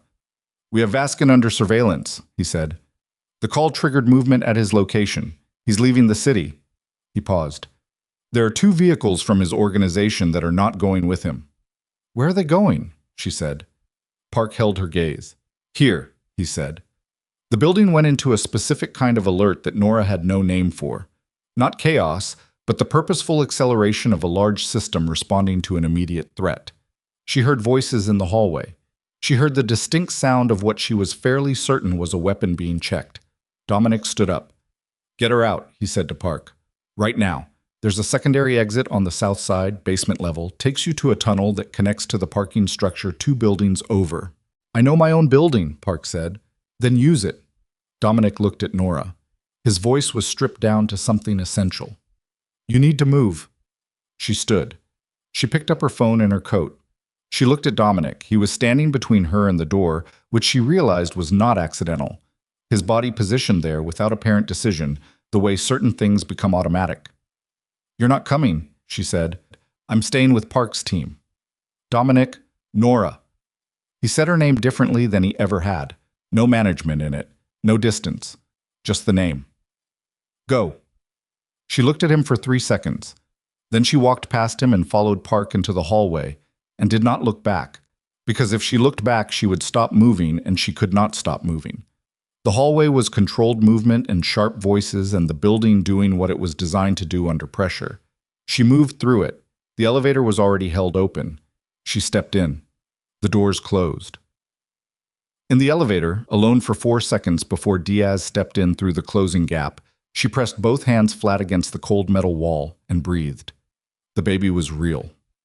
Dominic was upstairs. Vaskin's people were 3 minutes away, maybe less. And she was in an elevator going down, which was either survival or abandonment, and she had not yet decided which word she was going to use for it. The elevator hit the basement. The doors opened. Diaz said, "Move." She moved. The tunnel was concrete and fluorescent and cold, and her footsteps echoed against it, and somewhere behind her and above her, in a federal building in Lower Manhattan, the last pieces of the life she had built over 3 years were reaching the point of final collapse, and she was running toward whatever came next, her coat open and her jaw set and one hand pressed flat against her stomach, carrying the only thing in all of this that was entirely, uncomplicated, irreversibly hers. The tunnel smelled like concrete dust and old water and the specific coldness of underground spaces that never fully warm regardless of the season. Nora moved through it fast, Diaz 2 steps ahead of her, his hand not on her but close.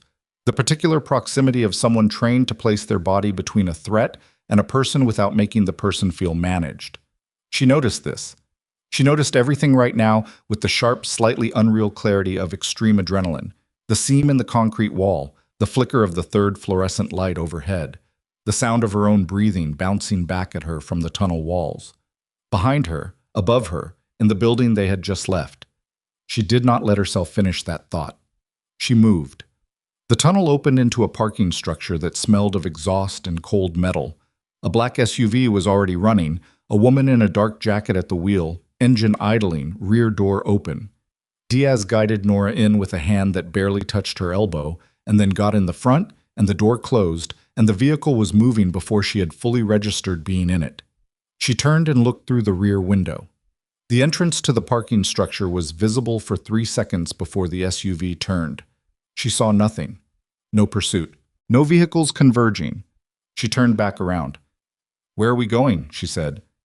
"Secured location. Diaz said. 20 minutes. Is Park still in the building? Yes. And Dominic? A pause. Yes. She looked at her hands in her lap. They were steady. She was still surprised by that, by the discovery that she was apparently a person whose hands stayed steady under pressure. She had not known that about herself before this week. The SUV moved through lower Manhattan in the early afternoon light, which was thin and gray and completely indifferent to anything that had happened in the last 18 hours. The city was just the city. Delivery trucks, a woman walking two dogs, a man eating a sandwich on a bench outside a deli. All of it continuing. Her phone buzzed. "Park." She answered. "You're out," he said. It was not a question. "Yes. In the vehicle. Where are we?"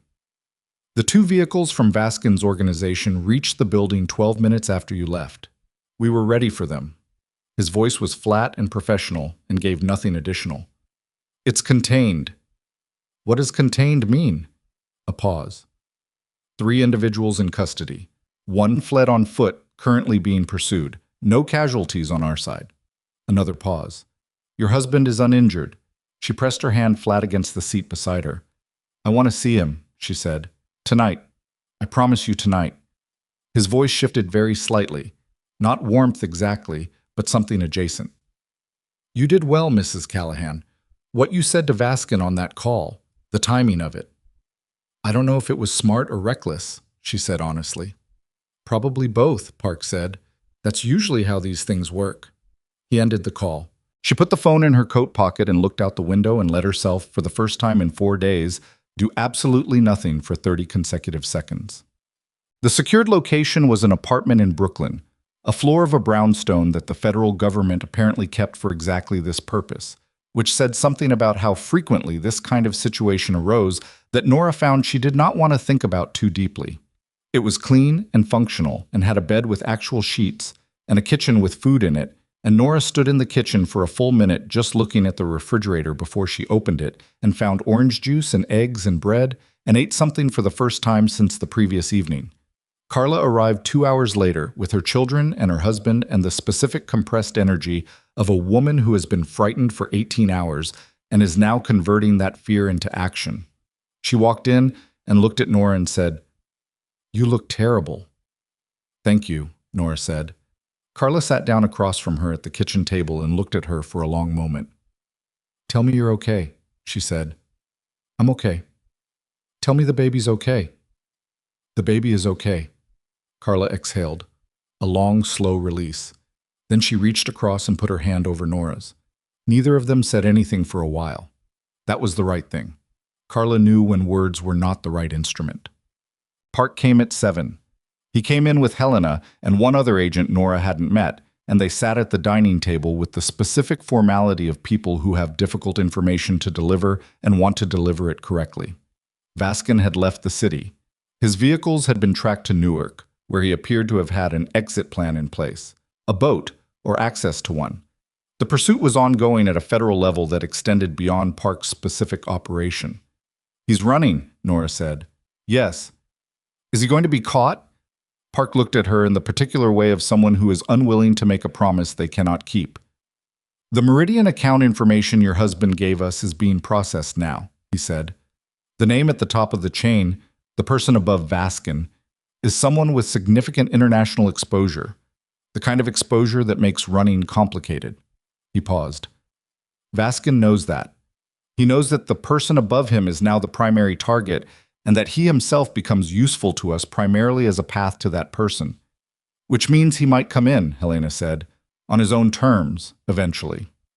"It's a possibility," Park said. "One we're prepared for." Nora thought about the voice on the phone, the tightness in it when she had told him his source was gone. The 7 seconds of silence. "What about Renata?" she said. Park's expression settled into something careful. "She's in custody," he said. "She was picked up this afternoon from the safe house." He paused. "She's cooperating. She claims Vaskin approached her 4 months into her assignment, and she made a decision she has since." "I don't need her reasoning," Nora said. Not harshly, just precisely. "I need to know if what she gave Vaskin puts me or my family in further danger." "We're assessing that," Park said. "As of right now, with Vaskin in flight and his local network in custody or scattered, the immediate threat to you is significantly reduced." "Significantly reduced is not gone," Nora said. "No," Park admitted. "It's not gone. But it's manageable." She looked at Helena. Helena said, "In my assessment, the acute phase is over. What comes next is the legal process, which will be long and not simple, but it's a different category of difficulty. Nora nodded. Dominic, she said to Park. He's been formally processed into the cooperation agreement, Park said. His attorney finalized it this afternoon. What does his life look like now? That depends on how the prosecution of Vaskin and the person above him develops. In the best case, full prosecution, Dominic's testimony central to it. We're looking at a reduced charge structure and very likely no custodial sentence. In a less favorable case, he stopped. His attorney will give you a more detailed picture. I'm not asking for the legal picture, she said. I'm asking what his actual life looks like, where he lives, whether he can… She stopped herself, reorganized. Whether the father of my child is going to be present in any functional sense. Park looked at her for a moment. He's going to be alive, Park said. That was not guaranteed 48 hours ago. It is now. He met her eyes. Beyond that, I think that's a conversation for you and him. I want to see him tonight, she said. You promised me tonight. In 1 hour, Park said. He's being transported now. They brought Dominic to the brownstone at 8:15. He came in looking like a man who had been processed through an institutional system for the past 12 hours. Not broken, but scoured down to something essential. Jacket off. Sleeves still rolled. He had a cut above his left eyebrow that had been treated but not fully closed, which she looked at and then looked away from, because the question of how it had happened was one she would ask later. Park and the others made themselves absent from the living room with the practiced discretion of people who had done this before. Dominic and Nora sat. She had chosen the armchair. He had chosen the couch. The same unconscious geometry as their own living room, which neither of them commented on. He looked at her for a long moment before he said anything. The cut, she said. How? One of Vaskin's people got into the stairwell. It was brief. He said it the way he said everything operational, flat, factual, giving it no additional weight. Park's team handled it. She looked at the cut. It needs a proper closure, she said. That tape is going to leave a scar. Probably, he said. She looked at her hands. I want to ask you something, she said, and I want you to answer it the same way you've been answering things tonight, without calculation. Okay. The morning I found her, she said, you were at the window when I came into the kitchen, before you turned around. What were you thinking about? He was quiet for a moment. You, he said. I was thinking about whether you'd noticed the timing, whether I'd said it too obviously. He looked at the middle distance. I had been building it for 3 weeks, making sure I was out at the right times, making sure the apartment would be accessible. I didn't know you'd come home that day specifically. I'd set the conditions, and I was waiting for the right morning. And that morning was the right morning. You had the doctor's appointment. I knew you'd been planning to tell me something when you got back. I didn't know what it was. She absorbed that. You didn't know about the pregnancy, she said. Not until dinner. No. She pressed her lips together for a moment. So I walked in on a staged affair, she said, while carrying a pregnancy test in my pocket that I was planning to use to tell you something real. He looked at her. Yes, he said. That's… She stopped. There was no word for it that was sufficient. That's a remarkable piece of bad timing. I know. Or very good timing, depending on perspective, she said.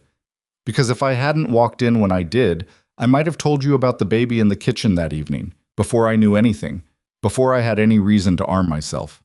He looked at the floor. I didn't plan it that way, he said. I know you didn't. She looked at him. But the result is that I spent 4 days building the kind of knowledge that turned out to be useful. Because I thought I was fighting for a marriage. I was actually, accidentally, preparing for something more complicated. He raised his eyes to her. Nora, I'm not giving you credit for that, she said.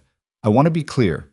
What you did, the staging of it, the use of the specific details you knew would hurt, the robe, that was cruel.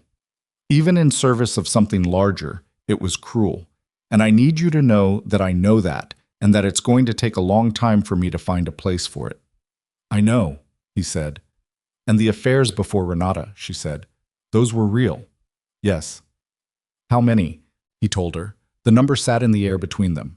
She looked at the number, metaphorically, from several angles. Then she put it somewhere. Not gone. Not resolved. Filed, the way she had been filing things for years, except now she was filing with full awareness rather than strategic blindness. "I need to ask you something else," she said, "and this one matters more than the others." "Okay." "The shipment Vaskin wanted you to move," she said. "The one you told me about on the phone." He went very still. "You told me what it was," she said, "and you told me you refused from the moment he asked. I believe that." She held his gaze. "But I need to understand, in the years before that ask, the things you moved, the things you facilitated, the things you allowed through the contacts you had, were any of them in that same category?" He held her gaze without flinching. "No," he said, "never." She looked at him for a long time. "I believe you," she said. "I don't know if I should, given everything, but I do." "You should," he said, "because it's true." She leaned back in the armchair. Outside, the Brooklyn street was quiet. Through the window, she could see the top of a tree losing its last leaves, the branches bare and precise against the evening sky. "What do we do now?" she said. Not to him specifically, to the room. "I don't know," he said, which was the first time she had ever heard him say that without it being a deflection. "The baby," she said. "The baby," he agreed. "I'm keeping it," she said. "I decided that in the parking garage. It wasn't complicated, actually. Everything else was complicated. That wasn't." He nodded. "And us," he said. She looked at him. "I don't know," she said. "That's complicated." She paused. "I know that the man I thought I was married to didn't fully exist, and I know that the man sitting in front of me right now is someone I'm only beginning to understand. Those are two different things." "They are," he said. "And I know that the next year of our lives is going to be legal proceedings and testimony and relocation and whatever adjustment comes after all of that, which means there's no space right now for me to know what I feel." She looked at her hands. "I'm not making you a promise, and I'm not closing a door. I'm telling you that I don't know, which is the honest answer." He looked at her for a long moment. "That's enough," he said. "Right now, that's enough." She looked at the bare tree branches outside the window. It was enough. She didn't know if it would grow into more than enough. She didn't know if the damage underneath everything was the kind that could be rebuilt into something functional, or whether it was the kind that stayed as damage, and you built around it instead of over it, and the building was what your life became. She didn't know. But she was still there. That was something. The months that followed were not clean. Nothing about the legal process was clean, and nobody who had promised her it would be manageable had lied to her exactly. But manageable turned out to cover a fairly wide range of experiences. Dominic testified 4 times. The first 2 times Nora did not attend.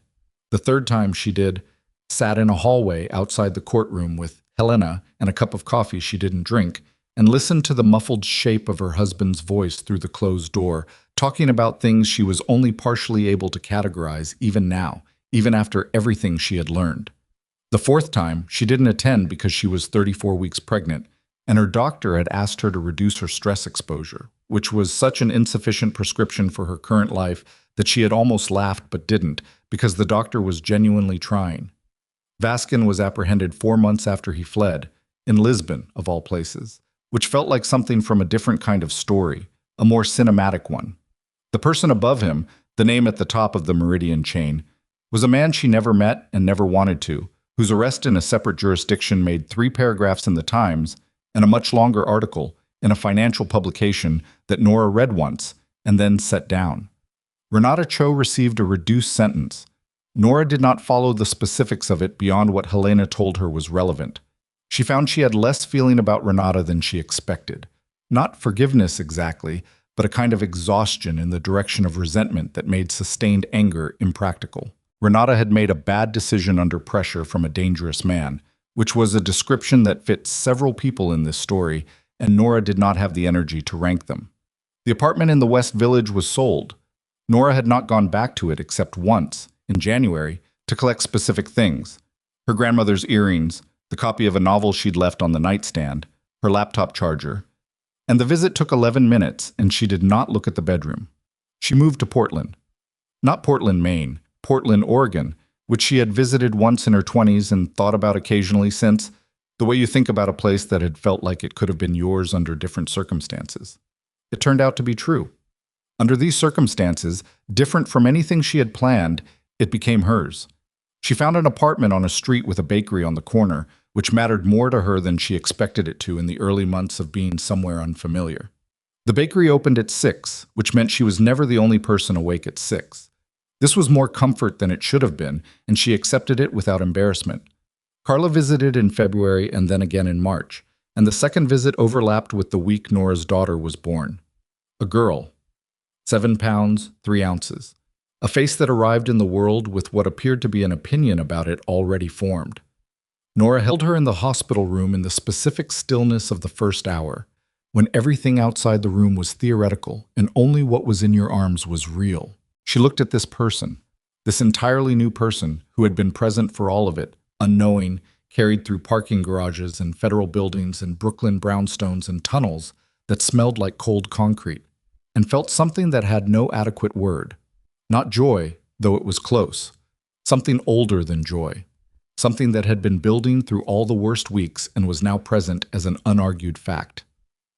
Carla was in this chair by the window. She was not crying because Carla cried efficiently and was already done. "What's her name?" Carla said. Nora had been carrying 3 names for 8 weeks, trying each one out in the middle of the night against the particular silence of the Portland apartment. "May," she said. Carla smiled.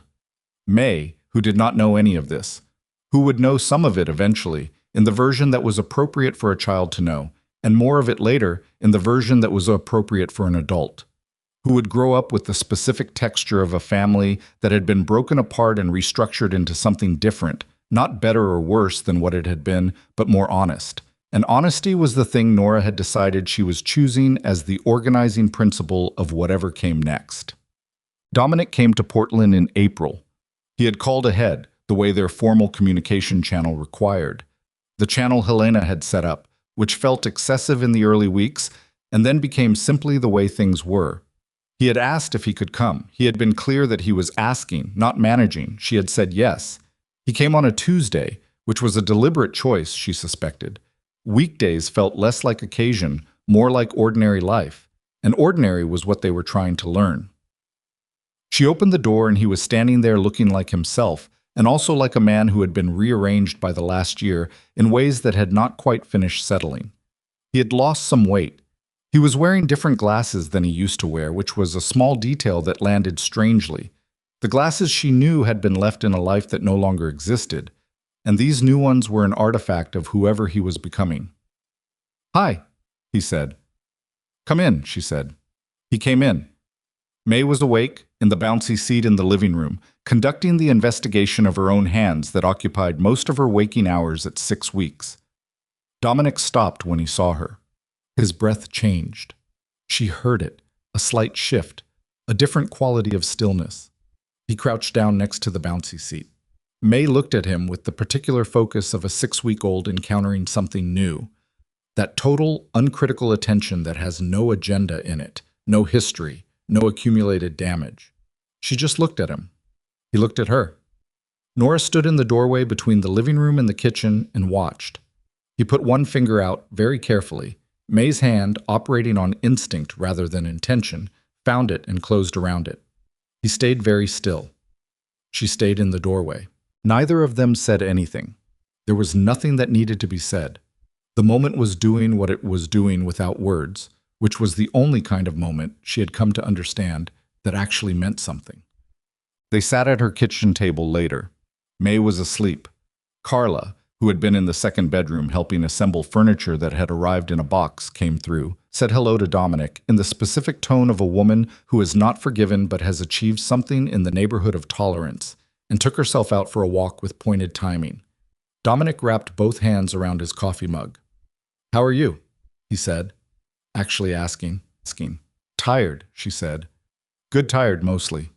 She looked at him. "You?" "Getting there," he said. He stopped. "It's strange. To not be managing something. I keep reaching for it. The habit." "I know," she said. "Does that go away?" "I don't know. I think it changes." She drank her coffee. I think you stop reaching for the thing that isn't there and start reaching for whatever is there instead. He looked at her. She has your jaw, he said. I noticed. It's a good jaw. Thank you. They sat with the quiet for a moment. I want to be here, he said. Not just today. I want to be... He stopped himself from saying more than he had warrant for. She noticed and appreciated the restraint. I want to do what I said. Show up, in whatever form makes sense. We'll figure out the form, she said. There's time. He nodded. She looked at him across the table, at this person she had loved badly and been damaged by, and had partially, inadvertently, helped save, not through any plan of her own, but through the accumulated habit of paying attention. She had not forgiven him. She was not certain she was going to, in the full sense of that word, but she had arrived at something that was not forgiveness, and was not indifference, and was perhaps just the plain fact of moving forward, one day at a time, with the understanding that the worst had happened and she was still there. Still there, sitting in a kitchen in Portland with a coffee going cold between her hands, and her daughter asleep in the next room, and her sister deliberately out of the apartment, and the man who had complicated her life in every direction sitting across from her, not trying to fix anything, just sitting. There's something I want to tell you, she said. He waited. In the parking garage, she said, that first day. I sat there for almost an hour, and I kept thinking about what you would do when you found out I knew. I was planning for that, building an argument. She paused. And then I realized I'd been doing that my whole marriage, planning for what you would do, positioning myself around your next move. She looked at him. I don't want to do that anymore. I can't do it. Not with a baby. I know, he said. I'm not managing your reaction to that statement, she said. I'm just telling you, so you know where I'm starting from. He looked at her. Where does that leave me? He said. In the position of actually showing up instead of managing how it looks, she said, which I know is harder. Yes, he said. It is. I know. A sound from the bedroom. A small sound, preliminary, not yet escalating. Both of them heard it. Nora started to stand. Let me, Dominic said. She looked at him. He held her gaze, not asking for the moment to mean anything, not performing, just asking to go into the room. She sat back down. He went. She heard his footsteps. She heard the soft, particular sound of someone picking up something fragile very carefully. She heard May make a small sound that was not the beginning of crying, but of something else. Recognition, maybe? Or its early precursor, the beginning of learning that a face you've seen before is not a stranger. She sat at the kitchen table and put both hands flat against the wood surface and breathed. Through the window, the Portland street was doing what streets do. Ordinary movement, ordinary light, the unremarkable and necessary continuing of things. A man walked a dog. A woman locked her car door and walked quickly toward a building. Somewhere 2 blocks away, she knew, the bakery was still open, its lights on in the gray afternoon. She had learned something, in the course of the year that had just happened to her, about what survival actually looked like. It did not look like winning. It did not look like the clean resolution of every complicated thing. It did not look like the version of her life that she had been planning on that drive home. Pregnancy test in her pocket, rehearsing the words she was going to say. It looked like this. A kitchen in a city she was still learning. A man in the next room holding a child he was beginning, slowly, imperfectly, with no guarantee of outcome, to know. The bare fact of continuing. She was 34 years old. She had been through something that she would, in time, find the full language for. Right now, she did not have all the words. But she was there. And May was there. And the street outside was doing what streets do. And in the other room, quiet now, something that had no name yet was beginning. She picked up her coffee. She drank it. She waited. She looked at the screen for a moment. She came and sat beside him on the couch. She did not take the tablet from him. She let him hold it. That's a woman named Celeste, she said. She used to work with your dad.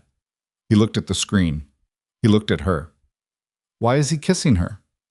She thought about the answer. Not the version that avoided the question, and not the version that was more than he needed right now. Just the true version, in the simplest words that fit. Because he made a bad choice, she said. He looked at the screen again. His brow furrowed. Did it make you sad? Yes, she said. It hurt me. Does it still hurt? She looked at the screen, at the footage that had been the beginning of the worst and eventually the most clarifying period of her life, at the 6 seconds that had ended one thing and started another. No, she said. Julian looked at the screen for another moment. Then he set the tablet face down on the cushion with the decisive simplicity of a 7-year-old who has processed what he needed to process and is ready to move on. "Can I have pancakes?" he said. She looked at him. His dark hair, which was his own. His eyes, which had her father's particular quality of stillness in them when he was concentrating. His face, which was entirely itself, belonging to no one but Julian. "It's 7 o'clock at night," she said. "Pancakes are good at night." She stood up. She walked to the kitchen. Behind her, she heard him slide off the couch and follow, describing in the elaborate and detailed way of 7-year-olds the precise shape and size of the spaceship he intended to build out of cardboard and tape, which would need to be, he explained, large enough to fit a pilot and also a dog, because no good spaceship should make its crew travel alone. She got the mixing bowl from the cabinet. She got the flour and the eggs and the milk. She began measuring without hurrying, without the weight of anything behind her, without the particular heaviness that had lived in her chest for a long time and had departed. Not suddenly, not dramatically, but in the gradual way that real things depart, incrementally, over time, leaving behind a space that was not empty but open. Julian climbed onto the counter stool and continued the spaceship specifications with the seriousness of someone who considered this a real engineering problem. She cracked an egg into the bowl. Outside the window, the city did what it always did. Its continuous, indifferent, sustaining work, holding 11 million lives in their orbits without asking any of them whether the story they were living was the one they had planned for, which was just as well, because the ones that mattered almost never were. The batter came together. The pan heated on the stove. And Alara Whitmore, who had been underestimated by men who should have known better and had found in that underestimation not a wound but a tool, stood in her kitchen in the warm light with her son, narrating the technical specifications of an imaginary spacecraft, and made Sunday night pancakes at 7 o'clock because her son had asked for them and she had said yes. And sometimes the most consequential thing a person can do is simply be exactly where they are, doing exactly what they've chosen, in a life that belongs completely to them.